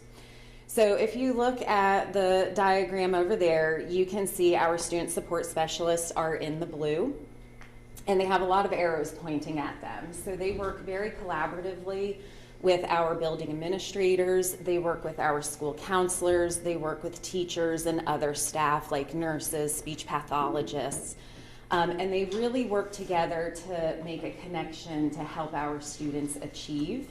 If you also look, you can see where it says pre-IDT and IDT, so they work very closely with our community and court liaison in order to work on attendance and truancy and getting those kids to come to school and help them learn. Up top, we'll speak about this a little bit later, but there's FPM, which are family partnership meetings, and then our FACT procedures as well. So a lot of times you might hear, what's the difference between a student support specialist and a school counselor? And coming into this division, I never had a student support specialist before, and I was wondering the same thing. So I'm not going to read everything to you, but just to let you know, a school counselor is a certified and licensed educator. And if you look at our student support specialists, they might not be a licensed educator, but they do have a bachelor degree in human services or possibly education. Our counselors do a lot of work to support our students and our schools, so they provide support and deliver those counseling services to all of our students. They really do help a lot with the academic and career planning of our students. They facilitate guidance lessons that are focused on academics, career, personal development, conducting those targeted group sessions. So they might have things called like lunch sessions or lunch groups where they work on maybe sharing or how to handle difficult situations. They do provide short-term counseling to our students and submit long-term referrals. So if a student needs long-term counseling, the counselors are not able to provide that, so they'll submit referrals to outside agencies to see if we can get those services for our students. Guidance counselors or school counselors collaborate with families, teachers, administrators, just like our support specialists do, but I'll get into that in just a moment about how that differs a little bit. They do a lot with conducting needs assessments and then also guiding students through course selections to make sure that they're prepared not only for that year, but for future years and to help them achieve the goals that they want to achieve in life. So switching over to our student support specialists, they work with targeted students and families through those administrative referrals, whereas counselors kind of work with all students. The support specialists will work with those targeted students of families that are at risk or in need. They conduct family partnership meetings. So those family partnership meetings really work to help find those families support services. We identify what needs those people have, and then we work together with the community agencies to help provide those families with those supports. They connect students and families to those needed services and act as a resource during the school day. So as I mentioned with guidance counselors, school counselors, they can do group work, whereas the student support specialists do mainly one-on-one work with those students. They also conduct student family assessments to provide any kind of prevention services. And then I had mentioned FACT before, which is our family assessment and planning team. So that is really where we work to find those funding sources to help the students get those needed services. Our student support specialists work directly with community agencies, so they may work in partnership with Northwestern or Life Enrichment Services. And then they also participate in school-based student support meetings that include attendance, discipline, and academic success of our students. So as I mentioned, they do a lot of work, a lot of collaboration, and these are just some of the stakeholders. So they work with students directly and their families. They work with building administrators. Building administrators meet weekly with their student support specialists and talk about students who are in need of support, and that could look like therapy services or maybe just daily check-ins. They work with, like I mentioned before, our counselors, nurses, teachers, even sometimes our school resource officers. They work with our special education department because sometimes the students that they serve have special education needs and services. I mentioned again before our community and court liaison, so they work with her to ensure that our students are coming to school. If there's any barriers, so maybe a family isn't able to provide transportation, or maybe they're just having difficulty getting their child into school, they work with the families to figure out what that barrier is and how to get them to school. Again, I mentioned community agencies and service providers, but also medical providers. So they work with insurance companies. They help the families fill out insurance paperwork if needed. We'll get into that in a second. And then the family assessment and planning team, which is FAPT. So the impact on the students, it helps really make a stronger school and family relationship. If you are coming in, and I know this from experience as an administrator, and I'm coming to talk to a family, they put up a wall right away because they look at me as an authoritative role and they feel like they're getting in trouble. Our student support specialists really help to bridge that gap and work in a more delicate fashion to let families know it's okay and we're all on the same page to support one another. Again, I mentioned improved attendance and school engagement. Sometimes, and I had mentioned this at the mental health task force, I haven't mentioned it here yet, but these students are not with these student support specialists for 1 year. Sometimes they're with them for multiple years. I was just in a meeting today, and one of our student support specialists said, I've had this student for 6 years. And so they really build that relationship, and sometimes that's the face that those students need in order to come to school. Sometimes things are just weighing heavy on their minds, and that is their safe place to go. They help to reduce barriers to learning. Again, that's through speaking with the administrators, speaking with the teachers, speaking with the special education department, what is going on and how can we best help this student.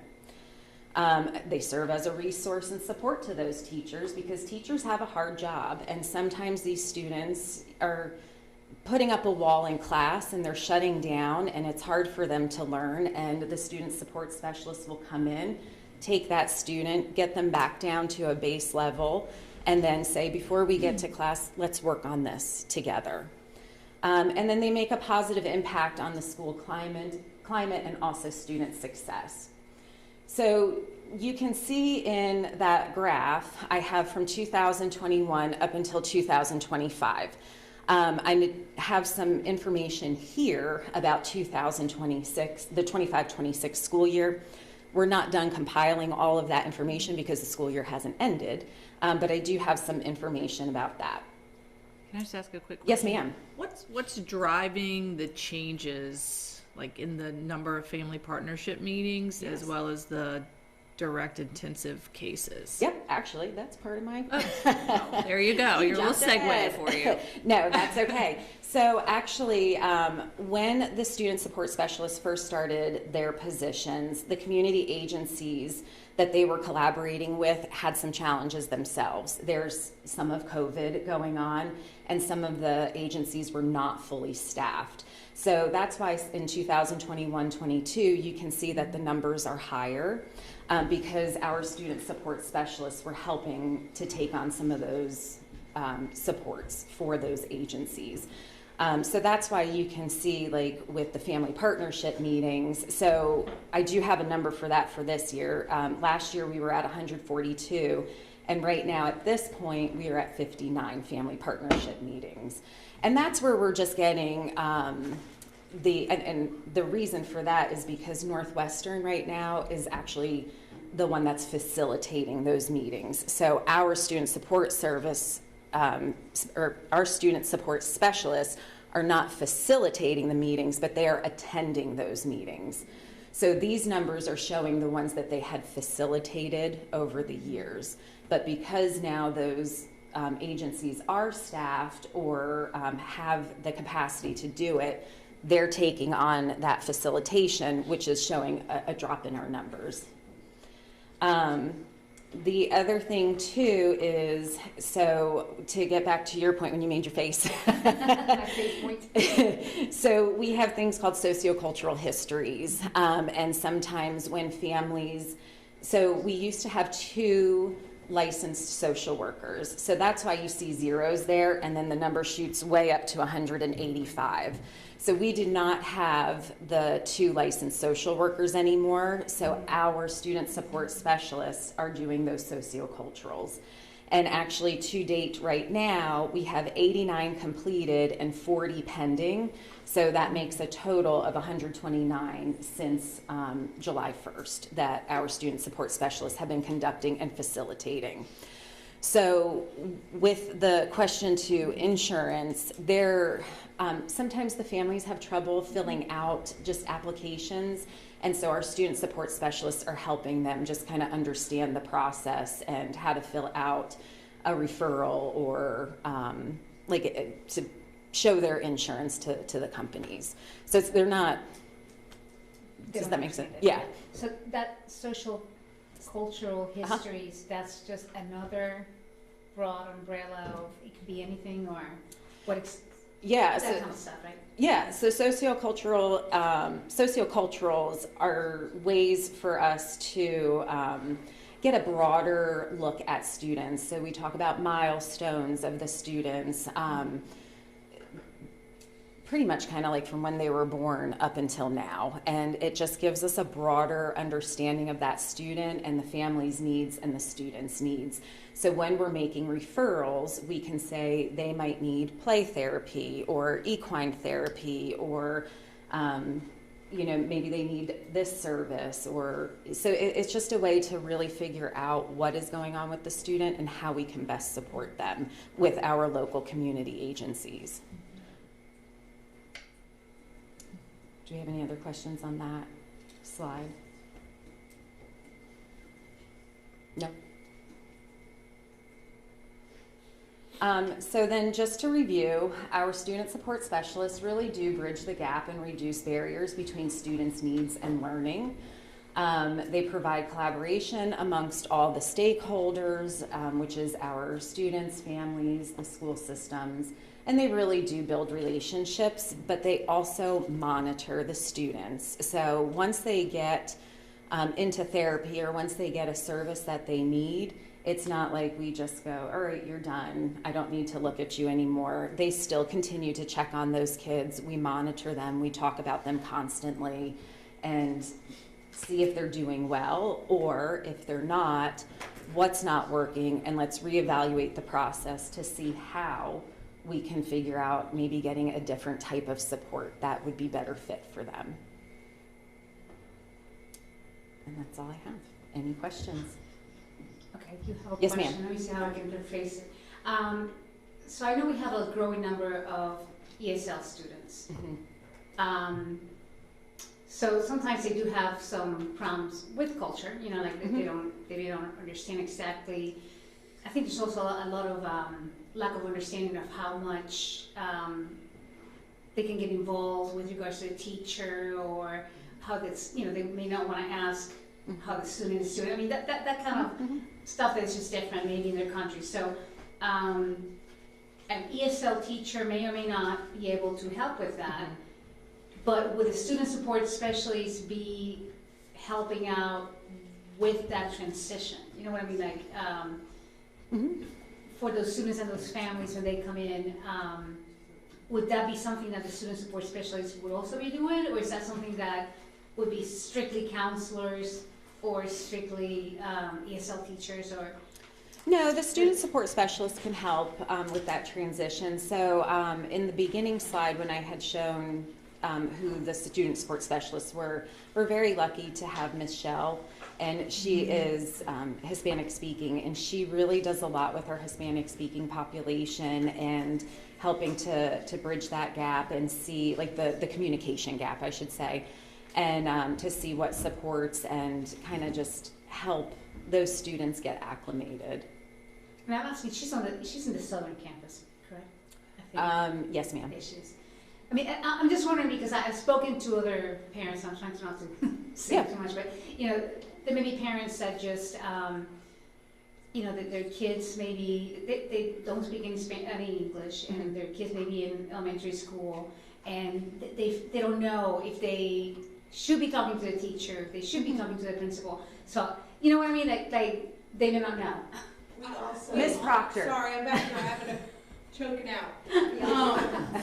We also have 2 EL liaisons that we pay for through Title I and Title III. We have Fabiana French and Gus Gotzel. Sorry, and so they also help families with that. Is their primary role. What you just described is their primary. Okay, so that's just them. Yes, and then if they need more supports, then they would reach out to. See, that's what I was Yeah. wondering. I mean, once, you know, because I guess there's only so much they can do, so I was wondering if the student support specialist will pick up anything from that.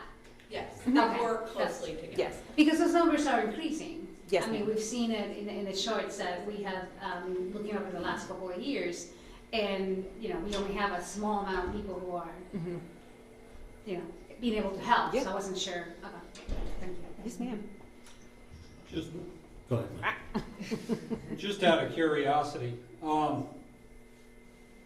looking at this and hearing your presentation, our staff may spend a considerable amount of time on each of these families. Do we find that a lot of these families are in the area for a short time and then out of the area? Are we investing a lot of time in families that are, you know, in and then out? No, I mean, we always have transition. We always have families that come in and out. And then there are times where we have families that have to go to a foster home that might not be in our division. So you always have a percentage of families that move in and out. But as I mentioned before, we see the student support specialists are with those students for multiple years. So they do get to build that relationship, not just with the student, but with the family. Thank you. What does each student support specialist caseload look like? Like, are they able to keep up, you know, with the increasing numbers of need, you know, and as, you know, if the population continues to grow here, will we need more positions? Yes. Yeah. The answer is yes. So I actually just had a meeting with the student support specialist today, and we were looking at their caseloads. So they have students who are in our schools, and then they also help with students who are outplaced. So each of our student support specialists are looking at, with the numbers that I have, about between 25 to 30 students that they're consistently working with, checking on, and making sure that everything is okay. I know Ms. Mason is here, and I know that you also have another list as well in your schools. And it might be students who are not as intensive needs as the ones that I'm speaking with the specialist. It might just be they're doing a daily check-in with that student. And to also remember, they are across 2 different schools. And that's what I was asking. So at Yes. what point would it be too difficult for one of them, you know, to handle both those schools? You know, is there a tipping point? Yes, I mean, there would be, especially since they're doing these socioculturals. And as I was mentioning before, it really encompasses a lot. So with a sociocultural, they sit down with the family and do kind of like an interview where they talk to the family, ask questions, and find out that important information. And that typically will last anywhere between an hour and a half to 2 hours. And then when they're done, then they have to write up their report, which can take probably about another hour to hour and a half to type up. So it does take quite a bit of time to do those socioculturals, and then they do have to manage their time to juggle students at 2 different schools.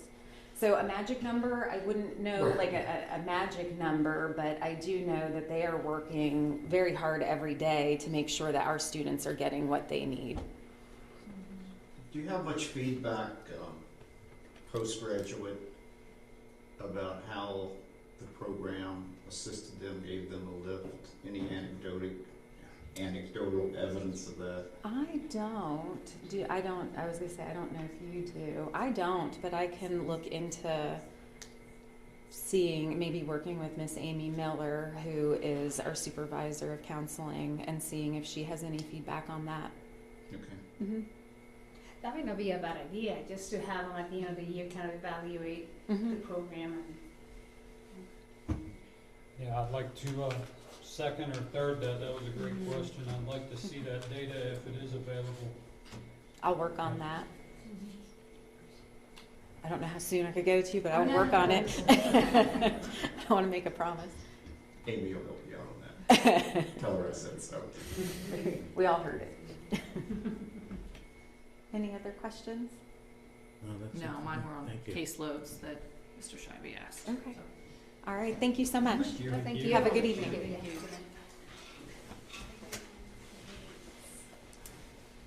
The Director of Finance is making her way to the microphone. A request to increase the fiscal year 2026 special budget, where action is requested at the March meeting.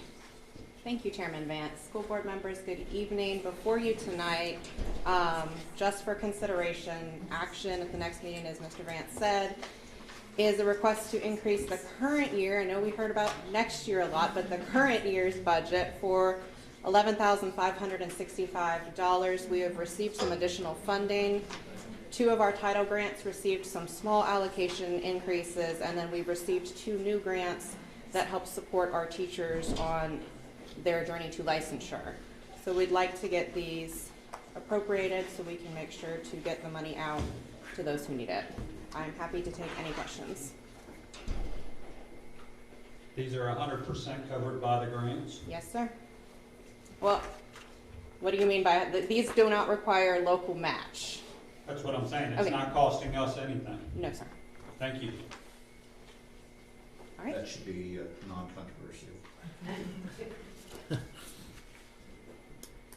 Last item I have on the instructional agenda is the library book materials purchase list.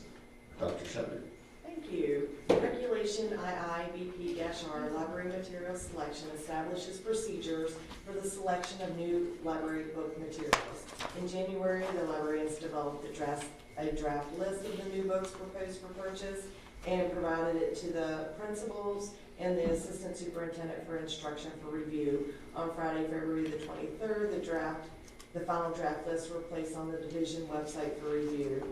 The final draft lists are presented to the school board this evening for information, and there will be a request for approval at the March 12th school board meeting. Any member have any questions for Dr. Shepard? Now we move to section number 6, the action items. 6.1 personnel. I'm looking for a motion to approve the personnel list as provided. I move to approve the personnel list as presented. Thank you, Ms. Pence. Is there a second to the motion? Second. Mr. Rickard, so seconds. All in favor, please indicate by saying aye. Aye. And opposed, no. And it is approved unanimously. 6.2. Recommendation to approve changes to policies FFA school names. Is there a motion to approve the new version? Can I make a motion to approve version 1 of the recommended revisions to policy FFA school names? Version 1, right? Yes. Okay, thank you, Ms. Carlinio. Is there a second? Second. And Mr. Rickard seconds. Now the floor is open for discussion.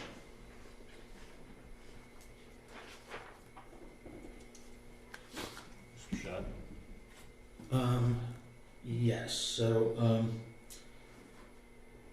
the only, issue, or the only reason I brought up a second motion, or a second possibility, was the final part, and where your changes, where we crossed out names of persons serving Shenandoah County. It says on a full-time basis shall not be considered. I made mine a little bit more encompassing, because the way I read that, you could be employed or serving Shenandoah County, which is current. The word serving doesn't say served. You could be serving on a part-time basis, and technically you would be eligible to have something named after. So I would like to, discuss changing some of those words. Well, how about proposing an amendment just to add the word on a full-time or part-time basis? That would work for me. So then it would read names, the last sentence would be names of persons serving Shenandoah County on a full-time or part-time basis shall not be considered. Well, all right, so names of persons serving currently, yes. So that would do the same thing I wanted to do. So, got it. Okay. Yep. that I mean, would just work. just to avoid any confusion, I think that's a perfectly good amendment, and we can just add that. So then that last sentence would just read, names of persons serving Shenandoah County on a full-time or part-time basis shall not be considered. Is that? Right. So should I move to amend in that manner then? Yes. Could I pause for a minute before you make that amendment?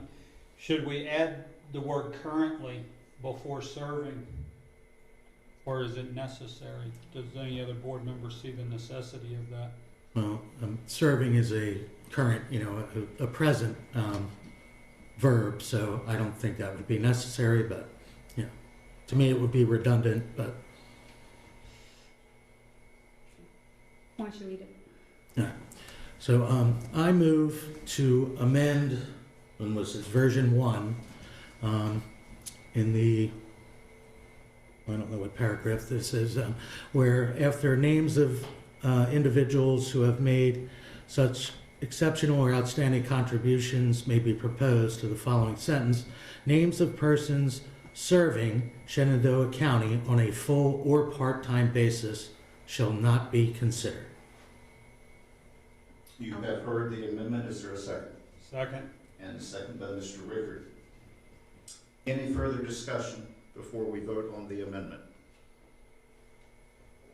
Hearing none, all in favor of the amendment as presented by Mr. Shabby will indicate by saying aye. Aye. Opposed, no. And it also passes 5-0. Any discussion on the main motion as amended? Hearing none, we're going to vote. All in favor of the motion as amended, please indicate by saying aye. Am I following the right procedure here, Mr. Parliamentarian? I want to make sure you're awake over there. You're fine. Okay. As amended, please indicate by saying aye. Aye. Opposed, no. And the motion passes as amended. Okay. Targeted support and improvement plan for Sandy Hook and W.W. Robinson. I need a motion to approve the targeted support and improvement elementary plan as presented. I will need a second, and then if there's any discussion, we will proceed. I move to approve the targeted support and improvement elementary plan as presented. And is there a second to the motion? Second. Ms. Carlinio, so seconds. The floor is open for discussion on the motion to approve the targeted support and improvement elementary plan as presented. And Ms. Proctor, would you be available to answer any questions you would be? Will you want to come up front? Just in case.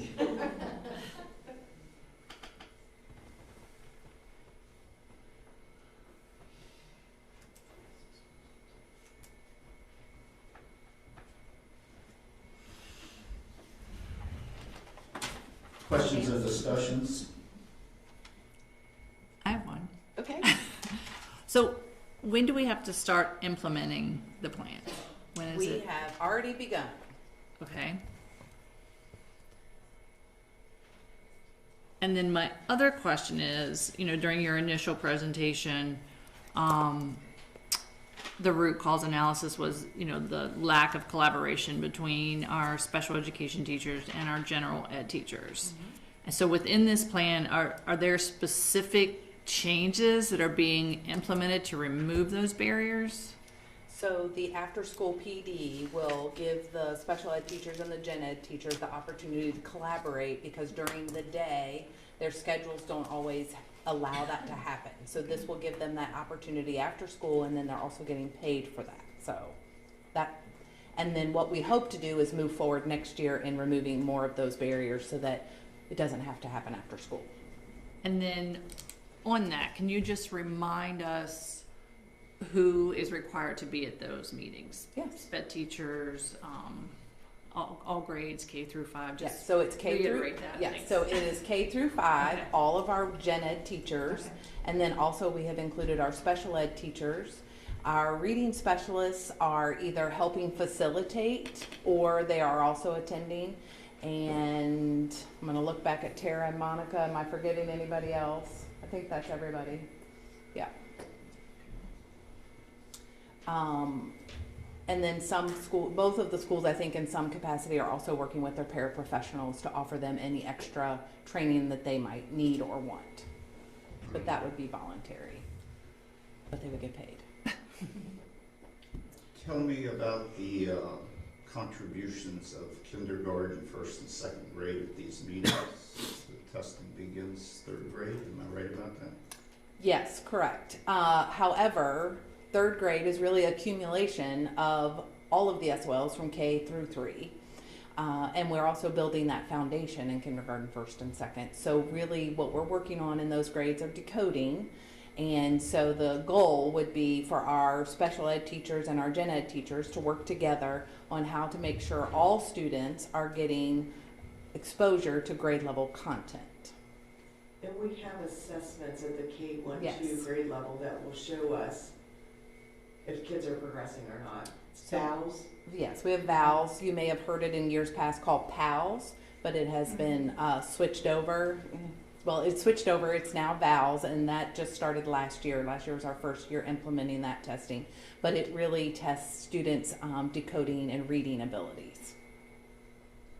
So at the primary school level, I would assume, please correct me, that special education teachers are not assigned to a particular grade level, that a special education teacher may be servicing all grades? I wouldn't say all grades, probably a couple grades. So must they have to pick and choose which meeting to go to? It could, but I mean, is that one of the barriers that? That's a great question. So it could be, but most of the time they either work with the lower grades or they work with the upper grades. And so the way we have this PD designed is K2 will be getting essentially the same thing and 3-5 will be essentially getting the same thing. They might be working on different nuances for that grade level.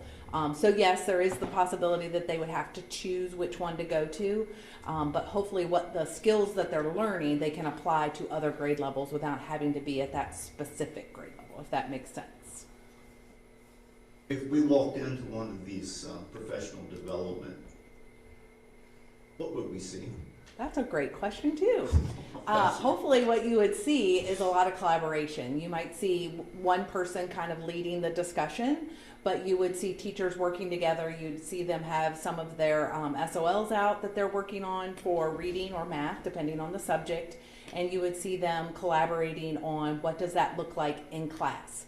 So one of the things we really want to work on is that these EBIs that we picked, which were decoding for reading, and then the CRA, which is concrete to representational to abstract in math, essentially using manipulatives.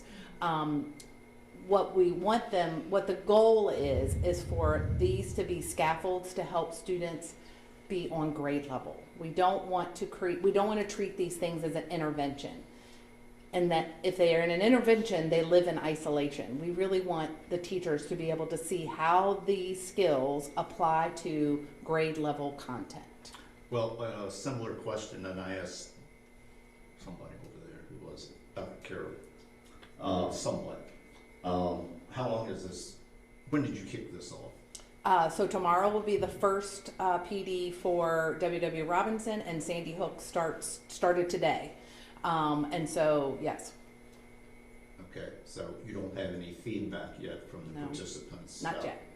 Hey, we came up with some great lesson plans or anything like that No, yet? no feedback yet. Well, we have another meeting in March. I can get you some feedback if you'd like, yes. Okay. Well, I'm done. Any questions, Ms. Carlini? I do have a question. I do love the idea of the manipulatives for math and science.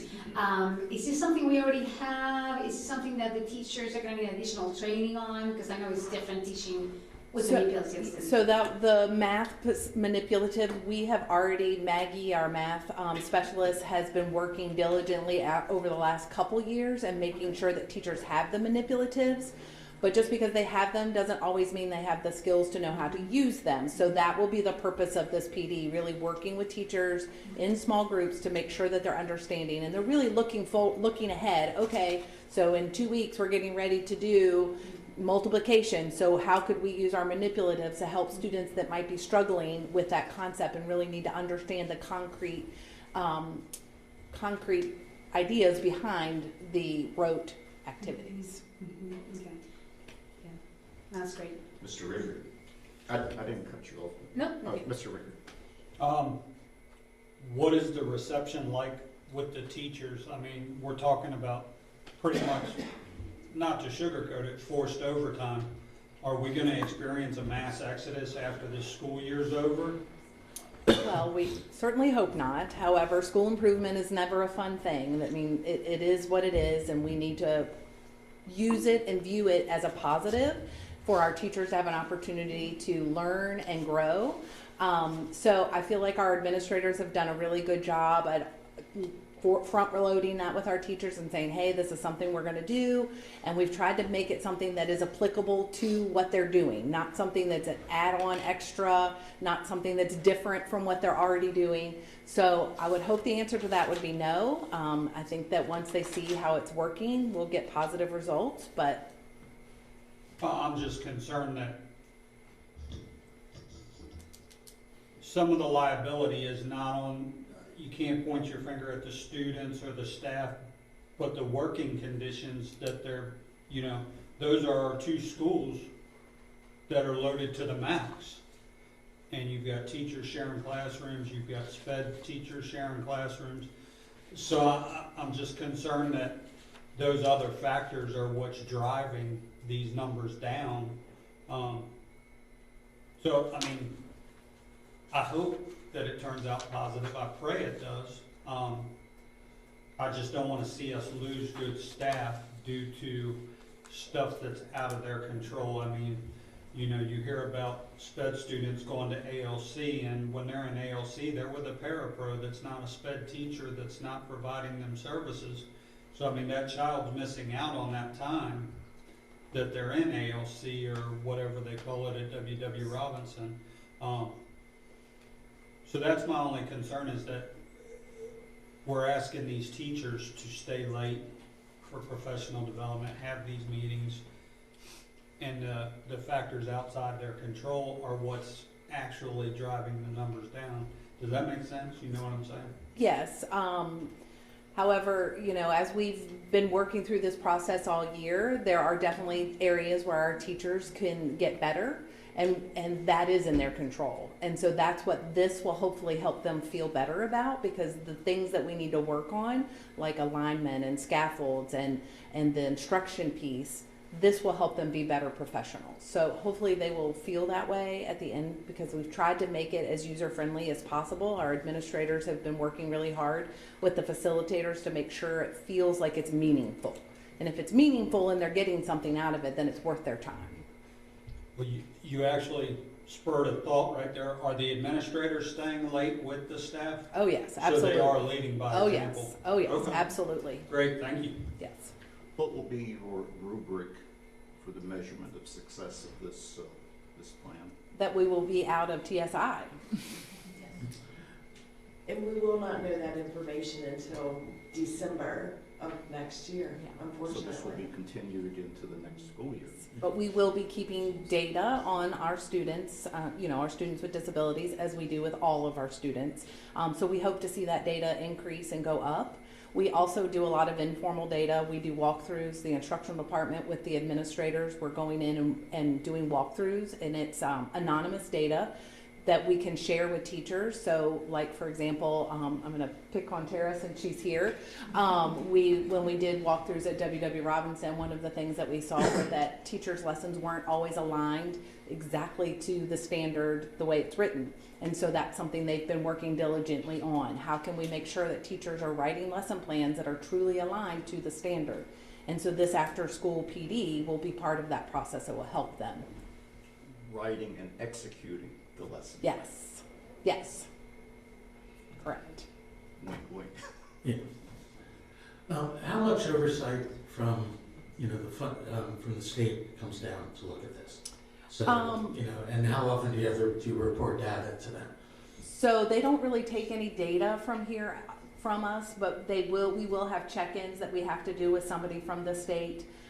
We haven't gotten that schedule yet, so I'm not sure. They haven't shared exactly what that's gonna look like, but if we can model it after what happened last year, we checked in with them twice. One time it was with just the division folks, and the other time it was actually with the building administrators. Okay, and in the future, when we're out of TSI, which hopefully is very soon, will we be incorporating some of this training into our regular teacher training so that we don't go down this road again? Yes. Okay. Yes. And you guys started implementing this when? So Sandy Hook started today, and Robinson will be having their kickoff tomorrow. All right, okay. I just found a little odd that we're voting on something that already started, so I just was curious to know if there was oversight or anything coming from somewhere else before this. Yeah, So- we did not want to waste any time, and we would have figured out if you said no. Did you monitor Sandy Hook today? No, I did not get to go because we had a board meeting this evening, so I didn't get to go. Yes, we did. Yes.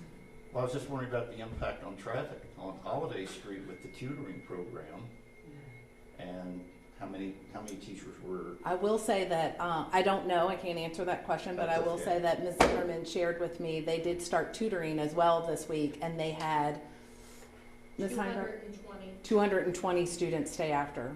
Till what time? I don't know how, I think it was only an hour. That's correct. Yeah. So was that voluntary? Oh, sorry. Yes, they opened it up for parents to be able to have their kids stay after for tutoring, and they got 220. And when I was at Sandy Hook on Tuesday, were we there on Tuesday? There was another stack waiting for Veronica to get. This was after the buses. Yes, Wow. yes. That's not like it's not being viewed as a babysitting service, is it? No. I just have one final question. Yes.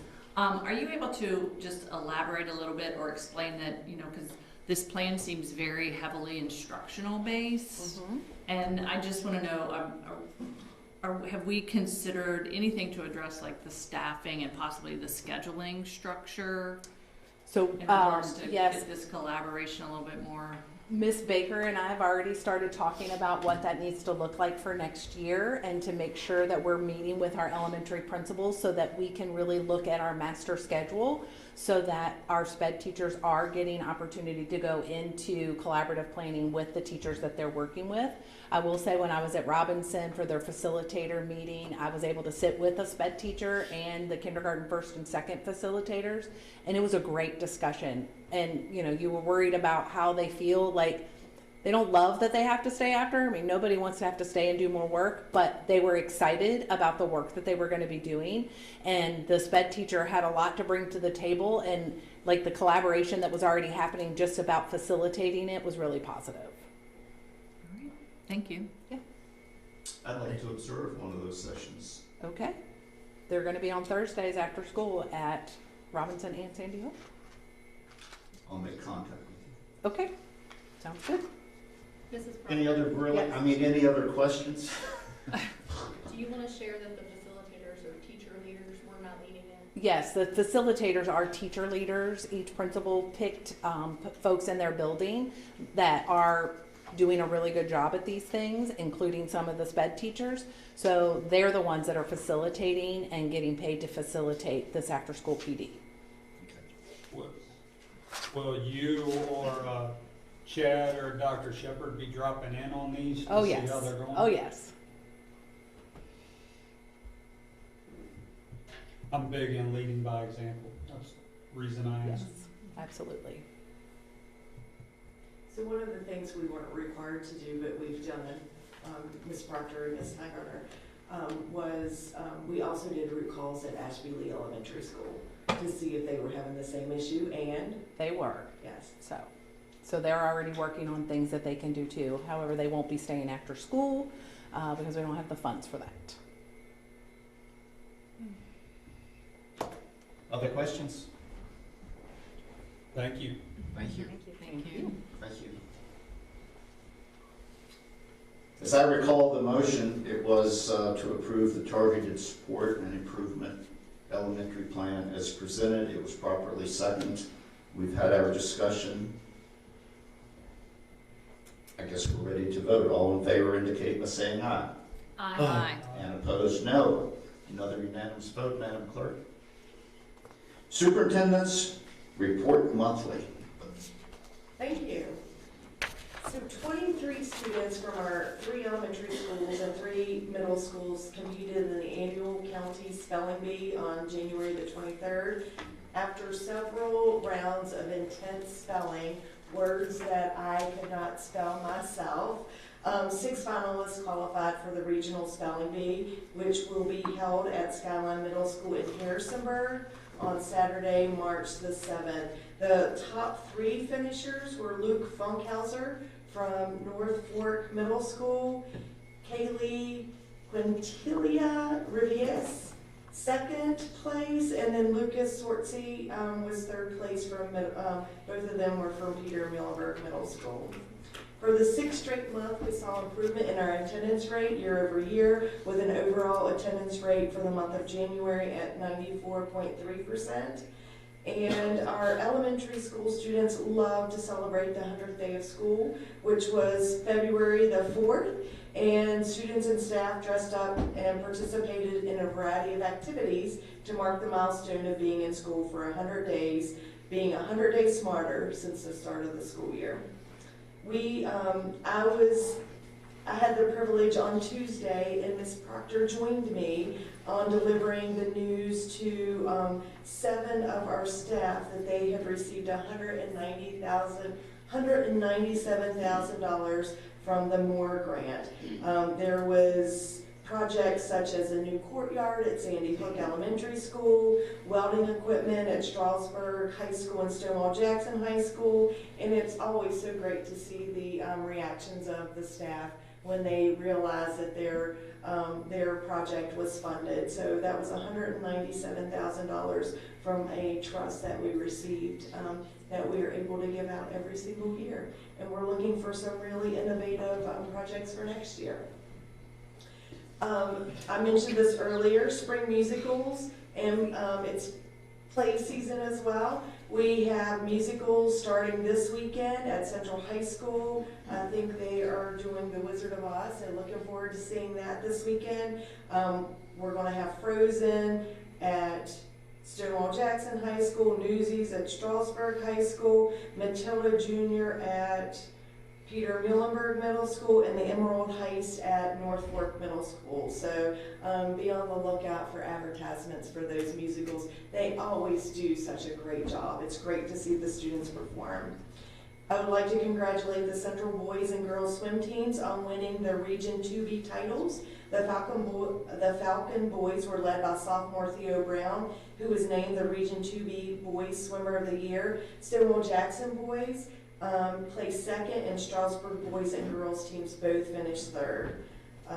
All 3 schools had multiple swimmers qualify for the state meet. And then last but not least, our triplet tech students showed off their skills at competitions this past week. Carpentry swept the top 3 places in their district competition, while electric Electricity took first and second place in theirs. At a skills competition in Valkier on Saturday, our auto students took first place in maintenance and light repair and second in automobile service technology. So we have some really skilled CTE students. Be happy to answer any questions. I have a question, but you may have to bring the information up, and I can easily slide that under comments. Some folks, particularly teachers, have asked about the makeup. And I know that was, I think it was in one of your Friday notes. There are so many days, but you convert to hours. You want me to come back to that under comments? Are you ready? And hopefully, you know, the media will let people know this. Suggestion only, suggestion only. We are good. Spring break is safe. And we are good to end school on time and still have our entire spring break. We can miss several more days, which I hope we do not. We can miss several more days for weather before we would have to do any makeups or add extra time to the end of the day. So. Well, that's important information for folks. Yes.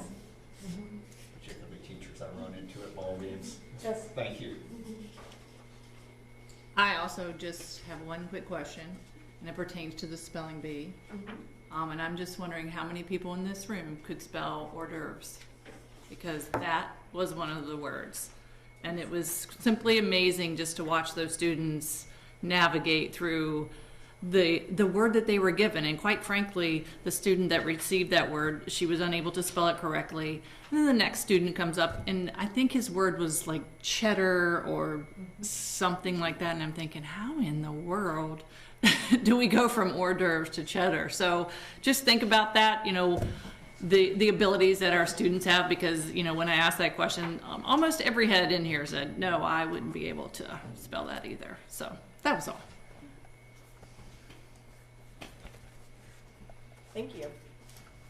Reported board members and other business. Previously, I started on the southern end of the county and worked my way north. That was the whole month of January. I'm going to start on the northern end and work my way south, just for variety. There's no rhyme or reason to what I'm doing. District 6, Mr. Lightbreaker. Oh boy, I got a little bit of a list here, but first of all, I want to thank all of the thoughtful gifts for School Board Appreciation Month from the kids at North Fork Middle School, W.W. Robinson. Got one here from the Positive Peer Leadership Team at W.W. Robinson. And then I've got one that actually took the time and signed her card, so I want to sincerely thank Molly Jane Davis. All this stuff means the world, guys. You know, the time and energy that we put into to overseeing Shenandoah County. It means a lot when you get stuff like this. It's the small things. Going into the rest, I wanted to make the public aware. It was just made aware of us today. It was made aware to us a couple months ago that there was a problem between Chantel's email and our emails. So we were getting questions, hey, why aren't you guys returning my emails? Well, it turned out we weren't getting their emails. So if you guys are emailing us, talking to the public here, if you're emailing us and you have a Chantel domain email and you feel like you should have gotten a response, pick up the phone and call us. I'm available all day long from 4 o'clock in the morning until 10:30 at night. If you call me, my phone's open. I want to thank Mr. Doug Collars, because he did come up with a plan. Apparently he still has a personal Chantel email. So he's going to email himself every day to his work email to make sure it goes through. So I really appreciate him stepping up to do that. The second thing is several people in the county have asked me, hey, does so-and-so from the board ever return an email? I got to say, all of us, and I'm even talking to myself, I'm not going to pinpoint anybody. We've all got to be better about returning emails to people. I can't stand email, to be honest with all of you. I hate email. So even myself, I'm challenging myself. We've got to be better about responding to people's emails. The third thing, earlier this week, we were made aware of a 504 issue. And I'm not sure if this staff member reports to you, Ms. Baker, but it was Ms. Danielle Ames that actually stepped in and rectified it. I want to thank her for that. It was an issue at one of our schools, and I believe it was at multiple of our schools, and we didn't even realize it. But once she got the email and saw what was going on, she was able to reach out to the staff that were involved, and she rectified it, and I really want to thank her for that. So if you could pass that on, I really appreciate that. The next thing, SEAC meetings. I just got the updated. Thank you for sending that to me. Back when my child was still in school, we were notified by our SPED teachers when a SEAC meeting was coming up. Do we still do that? Special education teachers don't do a notification that I'm aware of. We push it out through notifications, and we post it on our website. Okay. But individual teachers, I don't believe, reach out to parents individually. Okay. I'd like to see that information passed along somehow, if possible. I believe parental involvement, I mean, that's going to go a long way in that child's education. The next thing, we've got committees for everything. And I believe it's you two that has to sign off on the bills every month. It's myself and Mr. Scheibe. Mr. Scheibe. Sometimes I feel like we're just up here rubber stamping stuff. And every month we make a motion to approve the consent agenda, and then we pass it. And in there, it includes approval of paid bills. I think it would go a long way. Just food for thought for you guys to think about. In the realm of transparency and the public and everything, if we had some type of committee that got that report, I mean, it's public information, and actually went through it, and any questions that came up, hey, what was this for, you know, Amazon, whatever amount for Sandy Hook Elementary School or Signal Knob Middle School, and I'm just throwing out those as examples. We'd be able to go back and look at that and provide more information, I believe. So I don't know what everybody else thinks about it, but possibly starting up some kind of committee for that, where there's some community involvement. After all, we are overseeing taxpayer dollars. And the last thing I have, this was brought to my attention earlier this week, and we've always asked about retaliation within our school buildings. I realize as a county we do pretty good, but a staff member was reprimanded for sending out a mass invite, and was told that she violated policy GAB-IIBEA, and somehow she was told that it involved politics. I reviewed it myself. I passed it on to Ms. Carlenio, who's also on the personnel committee, to review it herself. Neither one of us found anything wrong with what happened. Me personally, it was highly upsetting to see that, especially when it was somebody that was advocating for our kids, for our buildings, and all they were doing was letting fellow staff members know, hey, there's a meeting such and such a date, be there. I don't see how it involved politics at all. I was forwarded the email, I reviewed it, I checked out the policy. I didn't see a problem with it, but I really hope we can do better in the future. There's no reason our staff members should feel like they've got to walk on eggshells when it comes to voicing their concerns or talking to their fellow staff members about stuff like this. Hopefully we can do better. I think we owe that staff member an apology at best. That's all I've got. Thank you for the folks from Triplet Tech. Thank you, Tara, all the staff and the public that came out tonight. Really appreciate you all being here. Thank you. And thank you to all our staff. Really appreciate the job you all are doing. And for our kids, hopefully you all enjoy your 4-day weekend. Thank you, Mr. Rickard. District 4, Ms. Pence. Thank you, Mr. Vance. I'd like to start by just thanking all of our public speakers for coming. You know, they don't usually get a lot of credit, but it does take a lot to stand up here and actually speak to us, so I appreciate that. As well as, you know, our constituent staff, teachers who come and just sit through this meeting just to, you know, have their ear on it firsthand. It's a long night, so I appreciate you being here.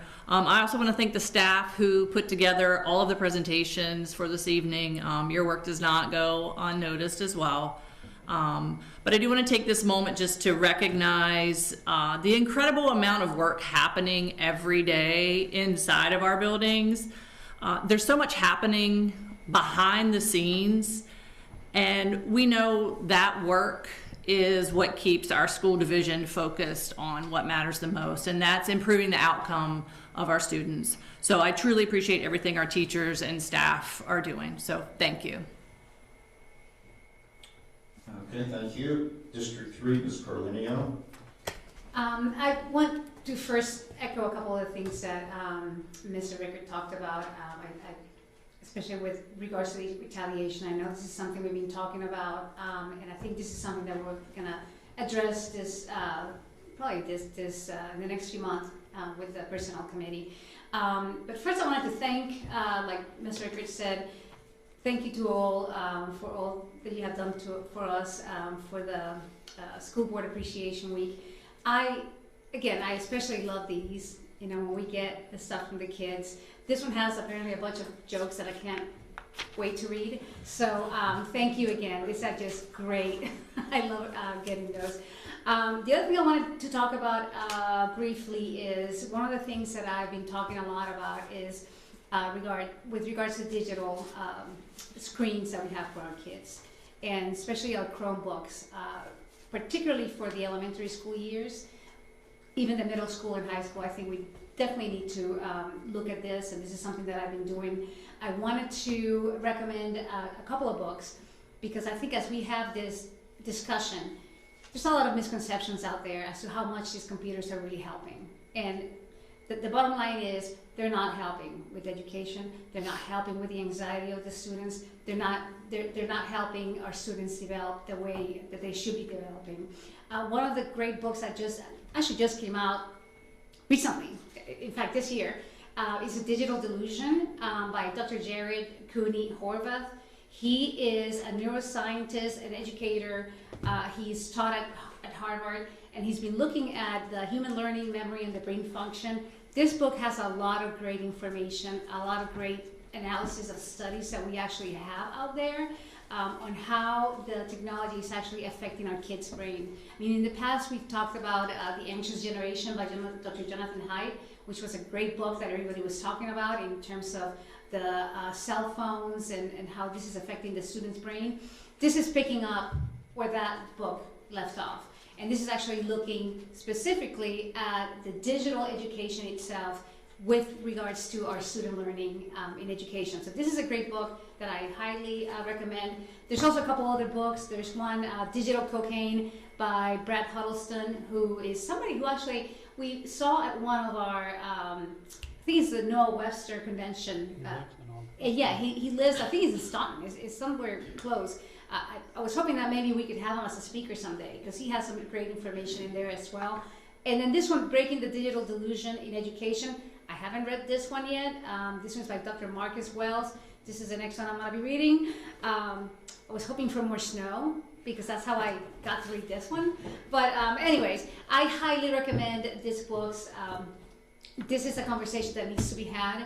I know some people are starting to talk about it in other districts, but because this is something that it has been ingrained in us, that computers are better, that digital is better, that AI is going to be better, It's not. And now we have the data to prove it. We need to have our kids learn the fundamentals before they use the computers. So having said that, I want to commend all the staff and the teachers and the principals, and it was a great meeting today. I mean, just hearing about all that you guys are doing and, you know, implementing new programs and having the community help out with the tutoring, or whether it's the teachers doing manipulatives. I mean, this is something that is very important. I mean, the concepts of math and science are a lot easier for some people to understand if you're actually touching it, if you're actually seeing it. I'm a very visual learner, so I know for me, I have to see it, how it works. So kudos to you guys, great job. I think there's a lot of good stuff going on.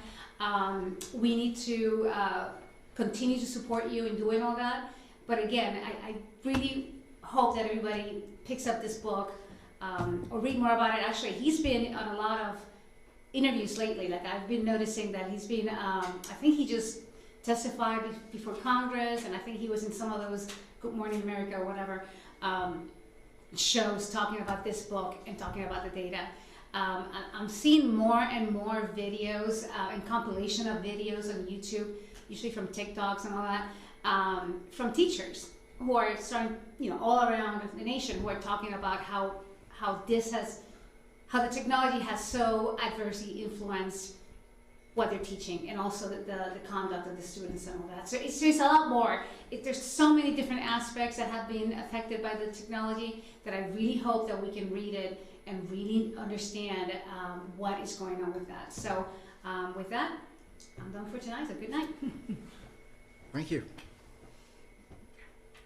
Noting that Mr. Streets is not here, I'll move then to District 1, Mr. Shine.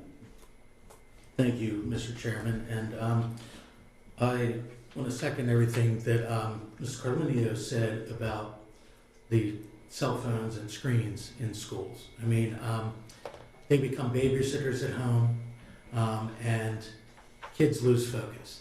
And it's, with, you know, having dealt with groups of kids and things before, and my two wild little boys, it's a lot easier to captivate them and get them to behave if there's a screen on. So the challenge is to have the structure to not, and their behavior changes considerably if they have little or no screen time in my house. So I would find it very hard to believe that that does not relate to the classrooms.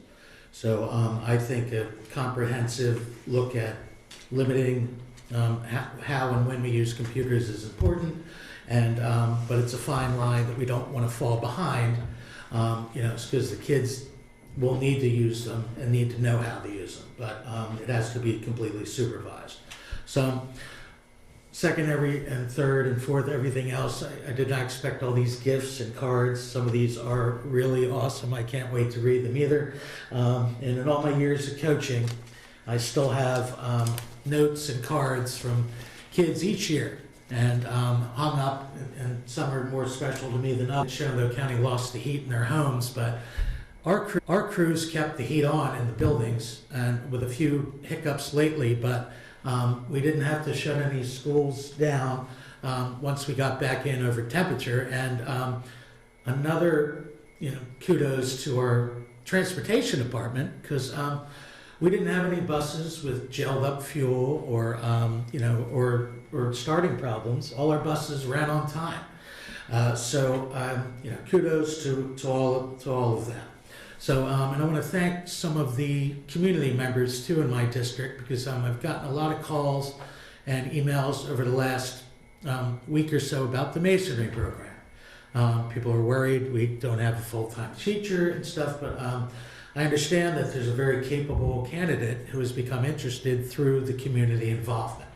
So I really call everyone in the community to get more involved. Come to these meetings, talk, become more active in you know, your children's education, and not only your children's, everyone else's. It's a community effort, and it takes all of us in this room and every person and every child in the county to make it successful for everyone. On final note too, we had a power outage Tuesday on the northern campus, and all three schools went down. Luckily, Sandy Hook came back up because they don't have generators in these schools. So, and if anyone's ever been to Sandy Hook at dismissal time, they need electronics to communicate, to get those kids in the right lines and everything. So I understand, Dr. Shepard, a couple of our schools have generators? Middle schools. Okay, so the middle schools have generators. Not that I'm looking to add more things to the CIP list, but if they're not already on there, I think we need to discuss getting generators to at least run the offices in all the other schools is important. Not to mention the freezers and refrigerators, which Triplet Tech keeps running into, but same thing in an elementary school. The power's out for 8 or 10 hours. You're going to lose all of that frozen and cold storage too, and high schools as well. Not to mention the fact I believe the phones will go down because they're centrally and computerized. And if we're in a power outage, security and communications are important. We can't leave any school vulnerable during an extended period of power. So we'll discuss it at the work session or whatever, but I'm going to request that we have some real conversation about adding that to the immediate CIP list. And that's all I have. Thank you. The District 5 representative would like to note that today is recognized as Abraham Lincoln's birthday. President of the United States who essentially gave his life for this country. And you think about his education, sitting by a lantern or the fireplace and learning to read, and I'm paraphrasing.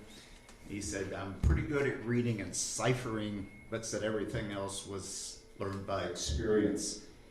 And he didn't have support services. He didn't have,